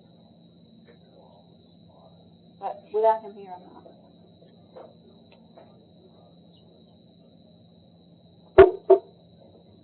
It's just a difficult position. Well, option is fill that gap and just wait it out right now. So I don't hear a motion to do anything with it, so let's move on. Okay. Next, we got an email from the planning, and let me describe it. He has the planning commission. They're required by statute to have training each year, and the county's required to pay it. Josh does provide in-house training that does meet the requirements, but some of the members, or at least one member at this point, wants to go to the outside training, and I think he's passed out the email, and Josh sent us the estimated cost, so he has made a request to see if you're willing to fund the outside training. But to be clear, Josh is fulfilling the statutory requirement. He does provide in-house training right now. It's very, very exciting, very interesting, thing that I really enjoy it, I think. I enjoy that. And he said the estimated cost, if you're able to go externally, Should be the BCA too, should be planning commission and BCA. $9,000 a year. But as I'm saying, he is providing the statutory requirements. You don't have to prove it, but Josh is making the request. We had one member that would like to attend the conference in East Tennessee, essentially, and asked me if I would ask, so I'm asking. And so, in the name of fairness, I don't know if we can just pay for one person, would it be enough to send everybody somewhere, or pay for some kind of training for everybody? I don't know what that would cost, or who would want to do it, so I came up with a cost of $750 per member. So seven planning commission members and 5 BCA members. And how long is the seminar? It's an out-of-town conference, and so I would assume May, it'd be, travel and conference and hotel and all that stuff, so. I really, just the next budget cycle personally, but we can take it out of Commissioner Schmidt's travel budget for. Well, I was gonna make a motion to take the 0F commissioner travel down to 0 and put it in this. That's my motion. What? Run that by me again? Well, there was a $10,000 request for commissioner travel, which I'm wholeheartedly against, because a lot of that can be done online. So I would like to just take that 10,000, zero it out, and then give it to Mr. Southern's department, because I can just tell you, he's gone above and beyond my expectations with the situation behind our subdivision, and I mean, he's proven to me that, that his work is invaluable. Everything they've done, I just can't ask for more, so that would be my motion. Because I don't think commissioners, I think you can take training online. That's my take. And I'll just go back to the $500 a month stipend that commissioners get. They can use that $500 towards, if they want to travel, go crazy. Get you a hotel room, knock your socks off. That's what $500 a month is for commissioners. So, in the case here, where this guy has done an A-plus job in my district, representing my constituents' concerns with so many different things with that neighborhood, I feel strongly that we do that. So This isn't for Josh, you know that, right? No, I get it, but his department, There may go. No, but I know it's not for him, but, his leadership in that is So, and I do go to training, and I do pay for my own, and this year it's probably coming close to $1,800. So, and I learn a lot, and I'll tell you what I told Mr. Hyde. He said, could you come back and give us a summary of what you learned? And I said, as soon as somebody gives me, you know, $150 it costs me to go to that conference. I get it, it's just, you know, Well, we should all not go to training. but it is available online.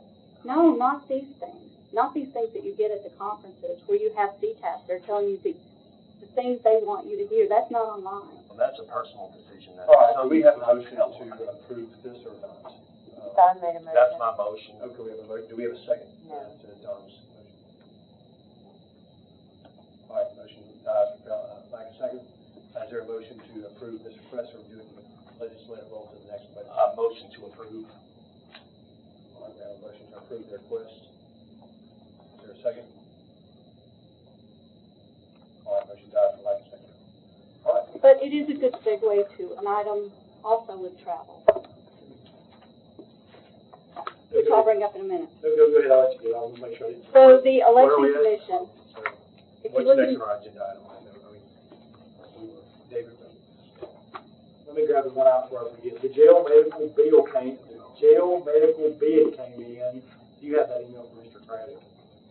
Yes, you want me to make a call? Yeah, just go ahead and tell you the email. We're short about, we don't have a, we don't have a sheet. I was gonna write something down, whatever it came up to be.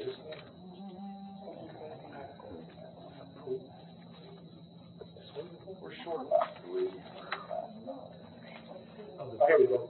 Okay, our, medical dinner services came in.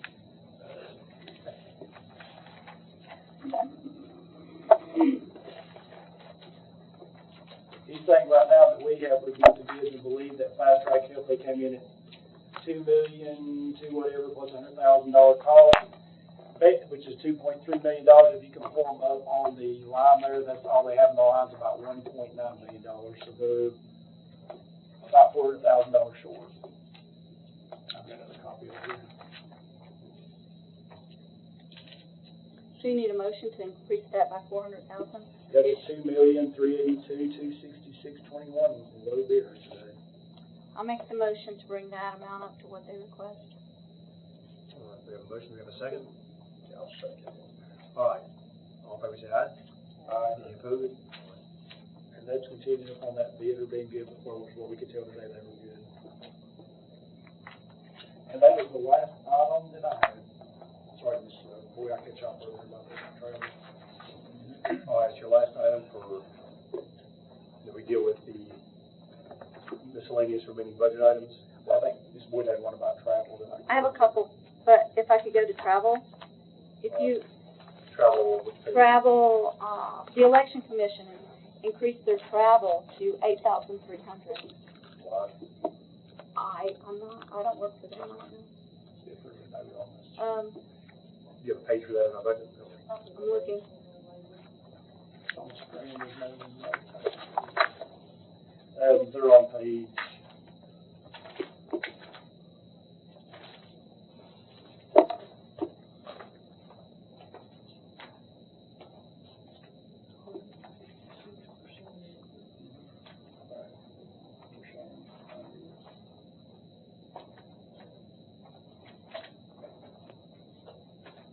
Jeez.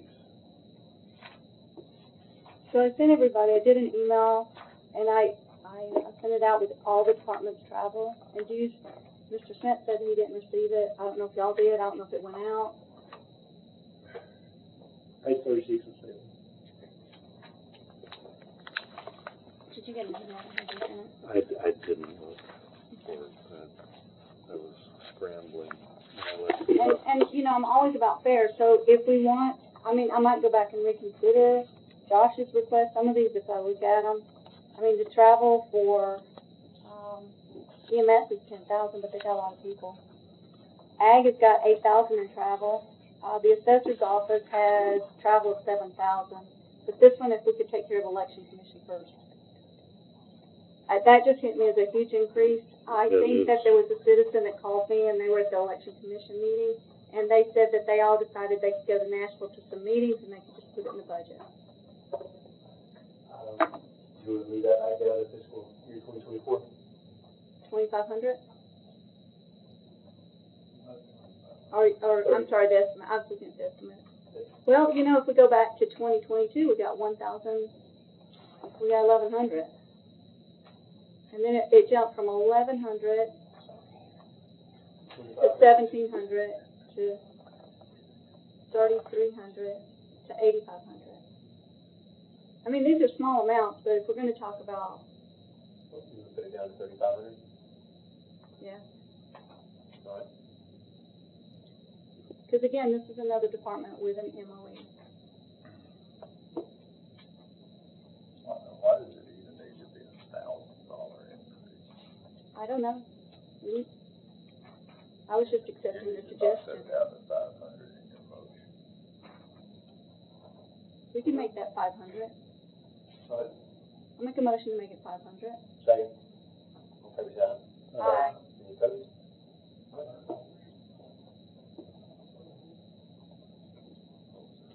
They can transfer money around to it.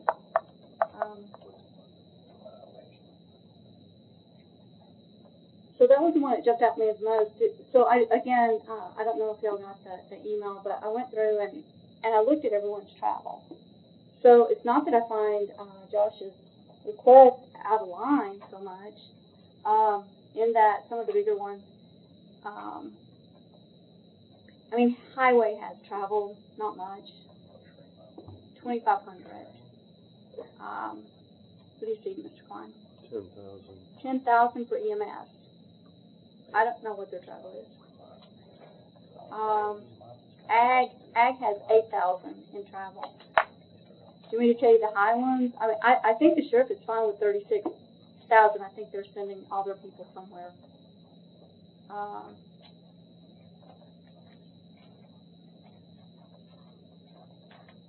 The assessor's office has 7,000 in travel. I know Mr. Smith won't vote for it, but I'd like to go to the National County Commissioner meeting. The NACO, if y'all would like to pay for that, it's about $3,000. I'd like to ask. I'll just put in my request. You know, you won't pay for the state one, but would you pay for the national? No? I didn't think so. Try it. I didn't pay for anybody's travel, so you know my anxious to be doing. Is there any, so, the mayor has 6,000 in travel. The county attorney, maybe you could speak to it, Mr. Attorney. 2,000 in travel, what do you do? Is that training and travel? Most of those are, I go to a seminar for the county attorney, Tennessee County Attorney Association that takes it right into it, and then it's basically if I've got to run around, go to court, things of that nature. I don't know how much we used last year. You gotta drive to Nashville. Oh yeah, like that is true. Completely forgot about that. I've got to go to Nashville for status meetings and sit in on mediations and things of that nature, depositions. Oh, parking, yeah. Anyway, so I was just bringing it up, especially since Josh brought it up. So we do have these departments out there. I don't know if this committee wants to see. Veterans, they have traveled for 7,000. I'm sure they're going to some state event somewhere traveling.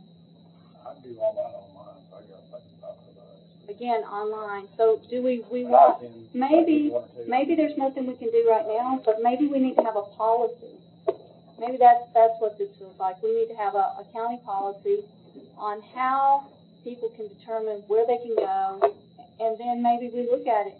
If these are state events, if these are national events, we've had people go to other states for training, and Mr. Smith can write the part about if there's online training or local training, but the BZA people can get it locally too. So I guess if I could ask legislation to address this. I mean, it's not that material, but it does seem to be something we don't have any guardrails on. I try to do all mine online.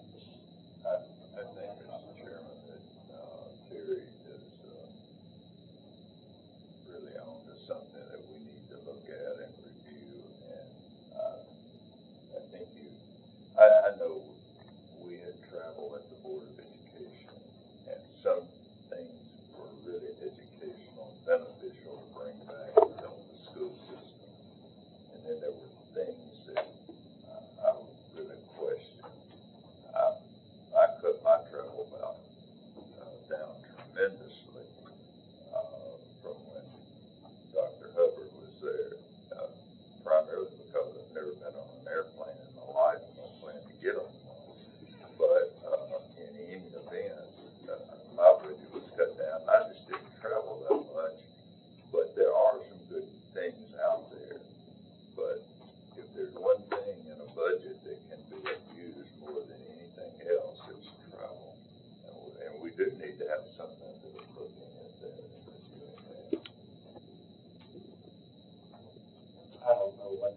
be, so if there's a motion.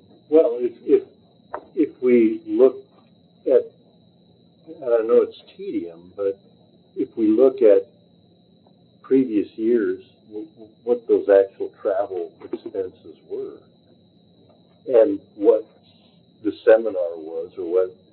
You got the price of food is double in 2 years. I understand. So you're looking. I understand, but Okay, it, never mind. It doesn't affect per diem. It's just feature creep. And then along with, and I'm not volunteering to do this, make a policy. I would say Mr. Lawrence's office could come up with us something. But when I was looking at travel, I also noticed dues. They need to go in the same category. We have dues going from, the lowest dues I think was archive, or veterans has $200 in dues. There might be a smaller one. Oh, the coroner has $75. But we have another department that has $21,000 in dues. So maybe dues and travel, I don't know what they are. The commission has a budget of $40,000 in dues, so why don't we cut that? Well, you know, I did look at what those are if you want to know. I mean, those are, most of that money is GNRC, $21,000. Why are we paying $21,000? Who is that for? GNRC. I thought we weren't funding that. And then the transit, if I could bring us back to a discussion we had at last meeting, we gave money to the regional transit, but we also pay membership dues to them for $6,124. I sent y'all all this in an email, I'm sorry. I didn't print it. She said it's an entire county, so you guys did get it. Yeah. So we are a member, we pay dues to regional travel, or to the regional transit, $6,000, and I forget what we gave them in charity. Does anybody know?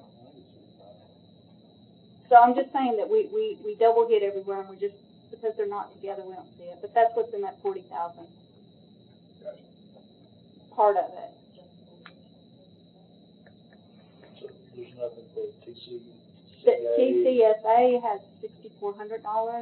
The county mayors, I think because it was kind of cut off on the thing I looked at, is $2,400. There was one. Did it move? And it was on that email, I think. I couldn't read. I think it was, and that's fine if it's down there. It just got moved. Yeah. I thought so. I thought I saw something. What is our commission? So why is the commission paying $21,000 to GRC? That was a conversation we had about 4 months ago, and at that point we said, "Can accounting tell us how much the money was?" And then I went back and I grabbed that email, and that was. If you have the email I sent, you'll see it at the bottom. I see it. And you'll see that we started that conversation 3 or 4 months ago. I'm not speaking for or against the NRC, because I don't know that much, but I know in past budget years, there was always a discussion, GNRC was involved in a lot of the grant process. I don't know personally. They're involved in the grant process. You know, if you're trying to obtain grants, so I don't know. Yeah, I've heard this. I mean, I'm not saying it's a bad thing. I'm just saying that we should be aware of what's in these dues. That's, I'm just wanting to put guardrails around it. Well, do you have a motion? I think I made a recommendation that finance department comes up with us a policy on how we can put some guardrails around travel and dues and some procedures in place if we don't have them. It doesn't address. Well, it should address what you claim for your travel, and it says it has to be for necessity of your job, the county, or even IRS purposes. We watch for anything we would think is not business or county related. So, I'm just saying for budget that's out there, I just want to bring it to your attention. but what is this policy going to do? I need you to define that one a little bit more. I would like us to know if the travel is out of state. I think Commissioner Smith would like to know if they have the option of doing it online or locally. Save money. To save money. I mean, like some stuff, like I would think like EMS and stuff, that's gonna be hands-on. You know, I can't speak for them, but I would think some of that stuff is gonna be, you know, they're gonna have to actually do reenactments, I guess, I don't know, you know. Well, they do a lot of that on Airport Road as well. Yeah, so I mean, I'm just speaking, I mean, like I said, I can't speak to them, but I would imagine. Sheriff's Department is $36,000. My dues and memberships are things like the AIC motion by Commissioner Boyd. Is there a second? I'll second it. All right. So, Dave, are you amenable to her request? Is that doable? We'll look at something you come about it, let you guys look at it, I'm not exactly sure. Well, I'll send her an email about something. I'd like to offer, Okay. I'd like to see a delineation of all of these expenses in that. so, They're on that. You yeah. got, well, you It's got on them the all email. already? I went through and Every pulled, department? no, I don't think I do, because somehow I Okay, missed that's what I'm Mid-Cumberland. saying, each one of these departments. Because Mid-Cumberland, we paid dues to them of $21,000. I saw it during the opiate review, but I couldn't find it. No, it's under Under contributions. All right, we got an amendment. Do we have a second to that amendment? David seconded. All right. All in favor, say aye. Aye. Any opposed? All right, main motion. All in favor, say aye. Aye. Any opposed? All right.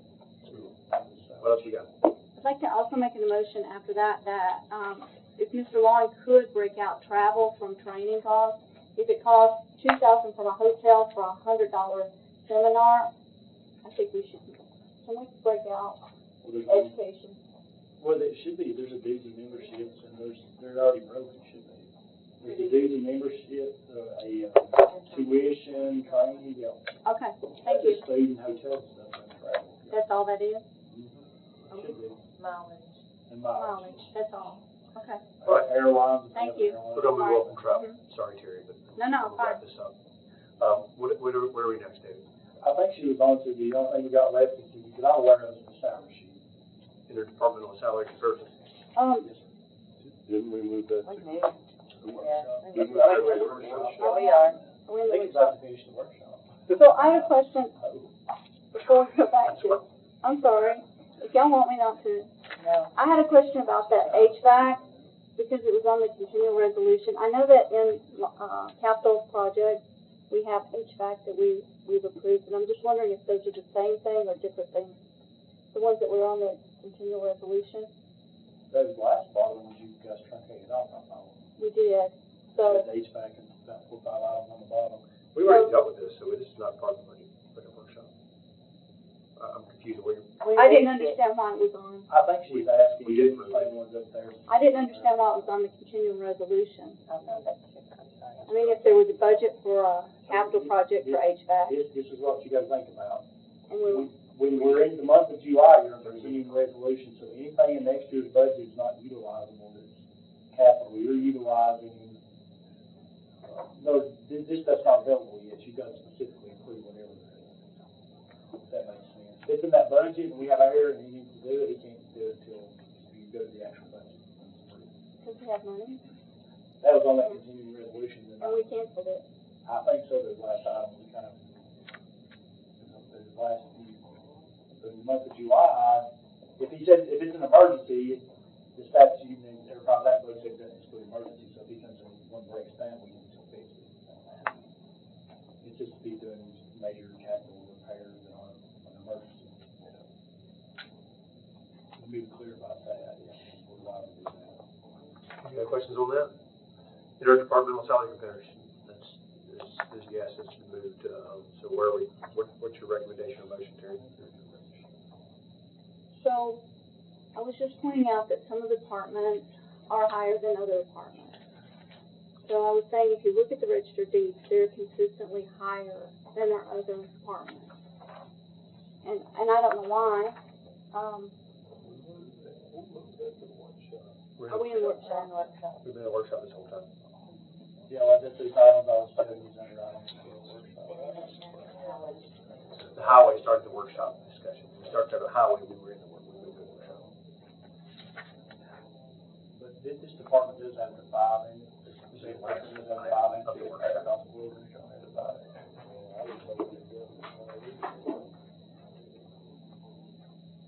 I'd like to ask a question. At our last, maybe it was our last workshop meeting, we determined that a lot of the work that we had done in individual salaries was, in the end, pretty much just a suggestion, and that we had no control over who gets paid what. True. So, what do Mr. Lawing, but do we make a decision on how much to spend for labor by department? Okay, so So if we look at like, here's an example.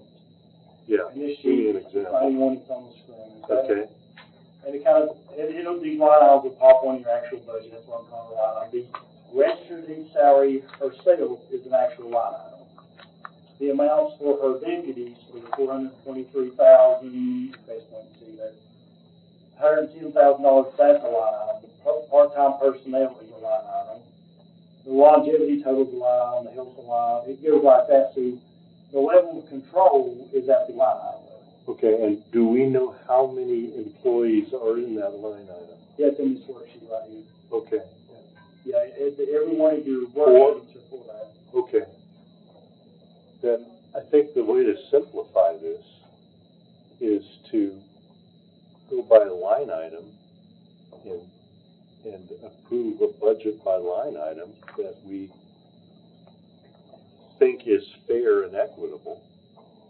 And then when we do the labor study, then we can increase them at a later date.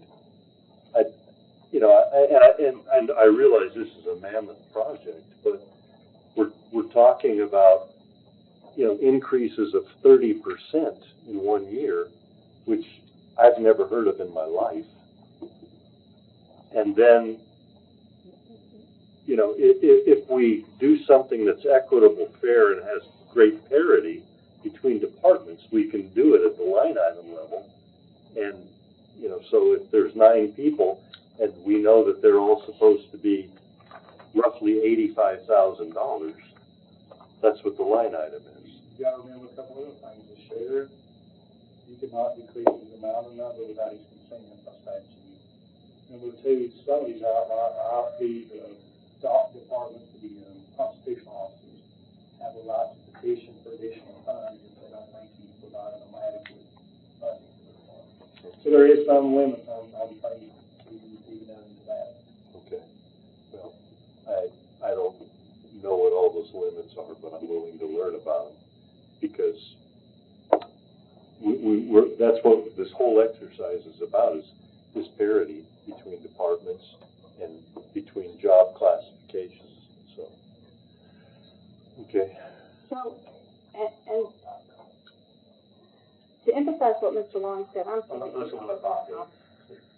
On your sheet right here, Yep. you have a job class. Yep. How is this determined? It was done, that's I what mean, I'm saying earlier. this is not done like, the federal government has GS, SES, and they have a pay scale that they delineate all of their levels on, but I don't understand this one right here, because we have 2 15s at the top. One of them's 130,000, the other one's 87,000. That doesn't make sense. What's the difference on the year of services? Well, That really is, that That's doesn't from make the sense. salary survey we have. Right, I'm just saying, That's who that's kind of determines. weird, that 2 15s, when you have such a, Well, they're on a year apart too, there's some disparities there. Big disparity. $50,000 difference. A couple of years back, that's what I'm saying, this is a couple of years old, they actually hired a firm to come in. They actually did surveys, questionnaires, job descriptions, and surveyed the local job market, and came up with the different, skills based on, the requirements of the job, the market, training, and came up with what they called the, market was. That's how the different, groups came up. So maybe I can show you what I said. Can you go to the salary comparison this sheet we're on? Oh, you don't have that? Yeah, it's on there. So if you, No, she means on the screen. so if you look at the registered deeds right here, we're bringing them up to 79,000. And again, it comes back to comparing the offices. So I have a chief deputy there, so we're gonna bring up to 79,000. But if you go down like a dozen lines, you'll see that my county clerk deputies are only making 67,000. So we have people in, one office we're gonna bring them up to 67, but another office are gonna bring them up to 79. So they should be the same person. Well, Reduce them or increase them? And that's, Which one do you want to do? I don't see, in job category 9, the average is 72,000. So I don't see bringing up the register of deeds to 79,000. I think we're over, and we never went to this level. And so I'm just saying, this is the top one right here underneath the sheriff. And I'm just looking at it, and I'm saying, you know, is this, and again, I'm not HR. But once we give the money, we can't go back, and it's a big difference. I don't think that's fair between 67,000 and 79,000. Click on that office, if that office did the 5% and the 6% assessment for everybody, it tells them. The register date, I'm sorry. Make sure everybody's looking. So it's $12,000, $1,000 a month. It's 5% and 6 additional there, so they get 11. That answers, yeah, thank you. You mainly just look at the sheriff's departments because they've increased disproportionately to everybody else. Is that pretty much it? Yeah. Are you suggesting removing that 2%? I brought that to y'all's attention. Again, I don't know. I mean, I don't know where That's the what I hear market's you at. But I'm just saying that if you look underneath that, this is the top. Other than the sheriff's department, this is our next top in the category 9 job class. And it's somebody that sits on the second floor basically doing the same job somewhat as somebody sitting on the first floor, and it's a $12,000 difference. I'm bringing it to your attention because I think that there should be, maybe that job class has an average pay of 72,000. So yeah, I'm saying that the ones that we're moving them up to 79, we're moving them above market, or at least out of this job class.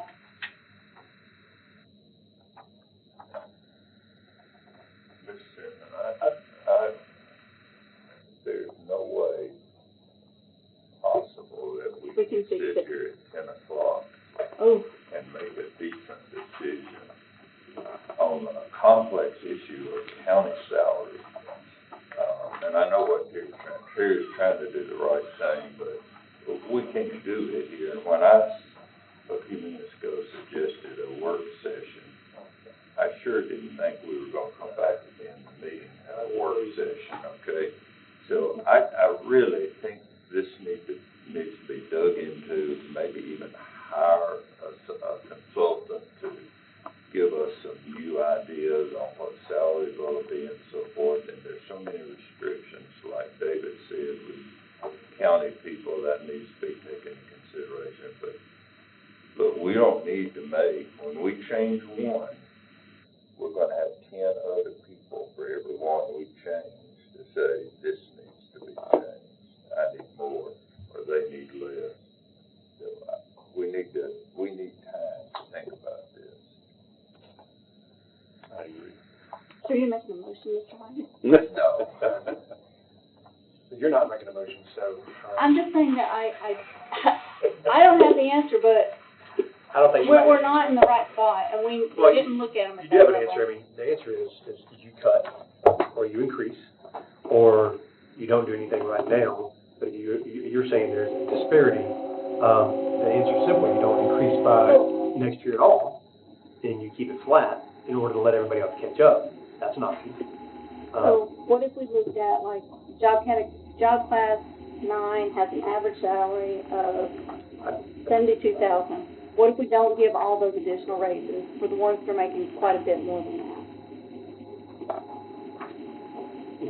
That's kind of what I was talking about. You're talking about one job class. Well, I mean, there's a bunch of them. There's a bunch that of have them. got Jeremy, look at 20, 126. Look at 126.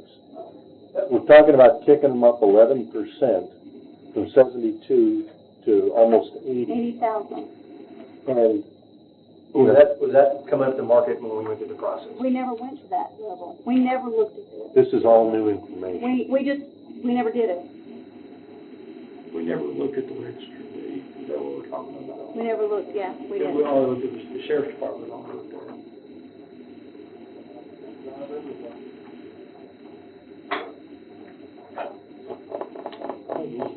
July 15th question.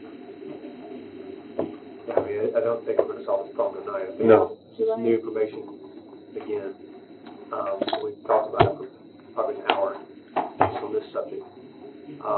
Unless there's a motion, I think this, we keep this, I mean, this, I guess we keep this till July 15th.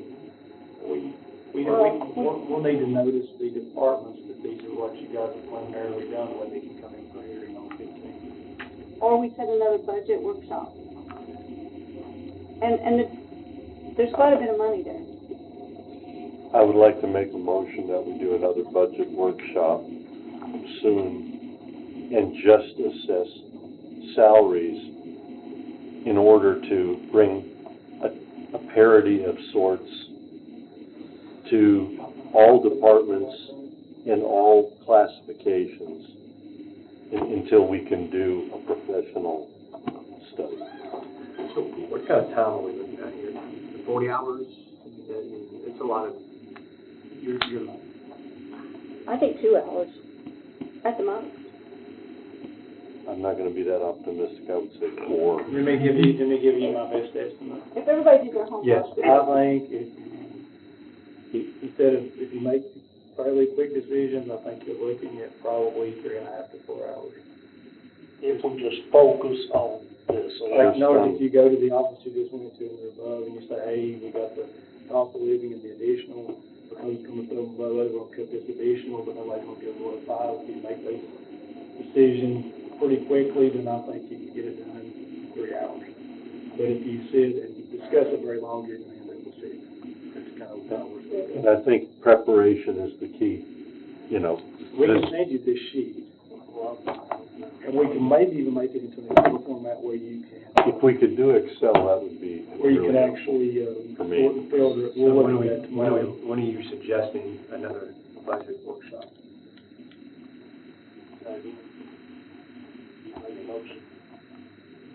When would we need to do this, if we did this?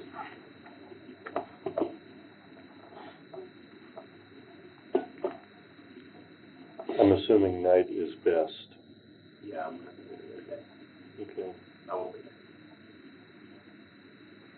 You can do another day. there. Nighttime. How early you guys want to start this on? I mean, are we talking June or July? June. So, I'm flexible. You won't send it out to the department until you get your final changes. And can I just, and I know you want me to quit talking, but I'm sorry. We have 29 new employees, and I don't think we've ever discussed all that, because we're approving 6 new EMS employees for the White House facility that we haven't yet even approved. So we need to go back and review, they're on there. We need to go back and look at how many new employees I'll and make where a they're motion to going. remove it right now. Second, The other 6 new employees. Second. all right. There are other new employees that we probably need to Well, look at. Do they get We haven't discussed the facility right now, so, we don't have a budget for that. So, Let's see, got a motion and a second. so any other discussion? What are they for? What's the new What was six? it for? Who's that for? Add guns to the office, one for Galaxy. So add another crew? To Galaxy, the #1 station. We don't have a 24-hour crew there currently. I would say we should look at all 29 new employees and see where they're at. All right, so what are we talking about doing this, we're gonna do Thursday the 20th? That looks good to me. Thursday the 20th. Are you withdrawing the I'm motion? withdrawing my motion. Thursday the 20th? Yep. Anybody have objections to that? What time? What time? 5? It's gonna be here for 4 hours. Let's start Earlier. Well, I'll go earlier. I'm flexible. I'm just trying to accommodate everybody else who's working. How early can everybody get here? Do whatever.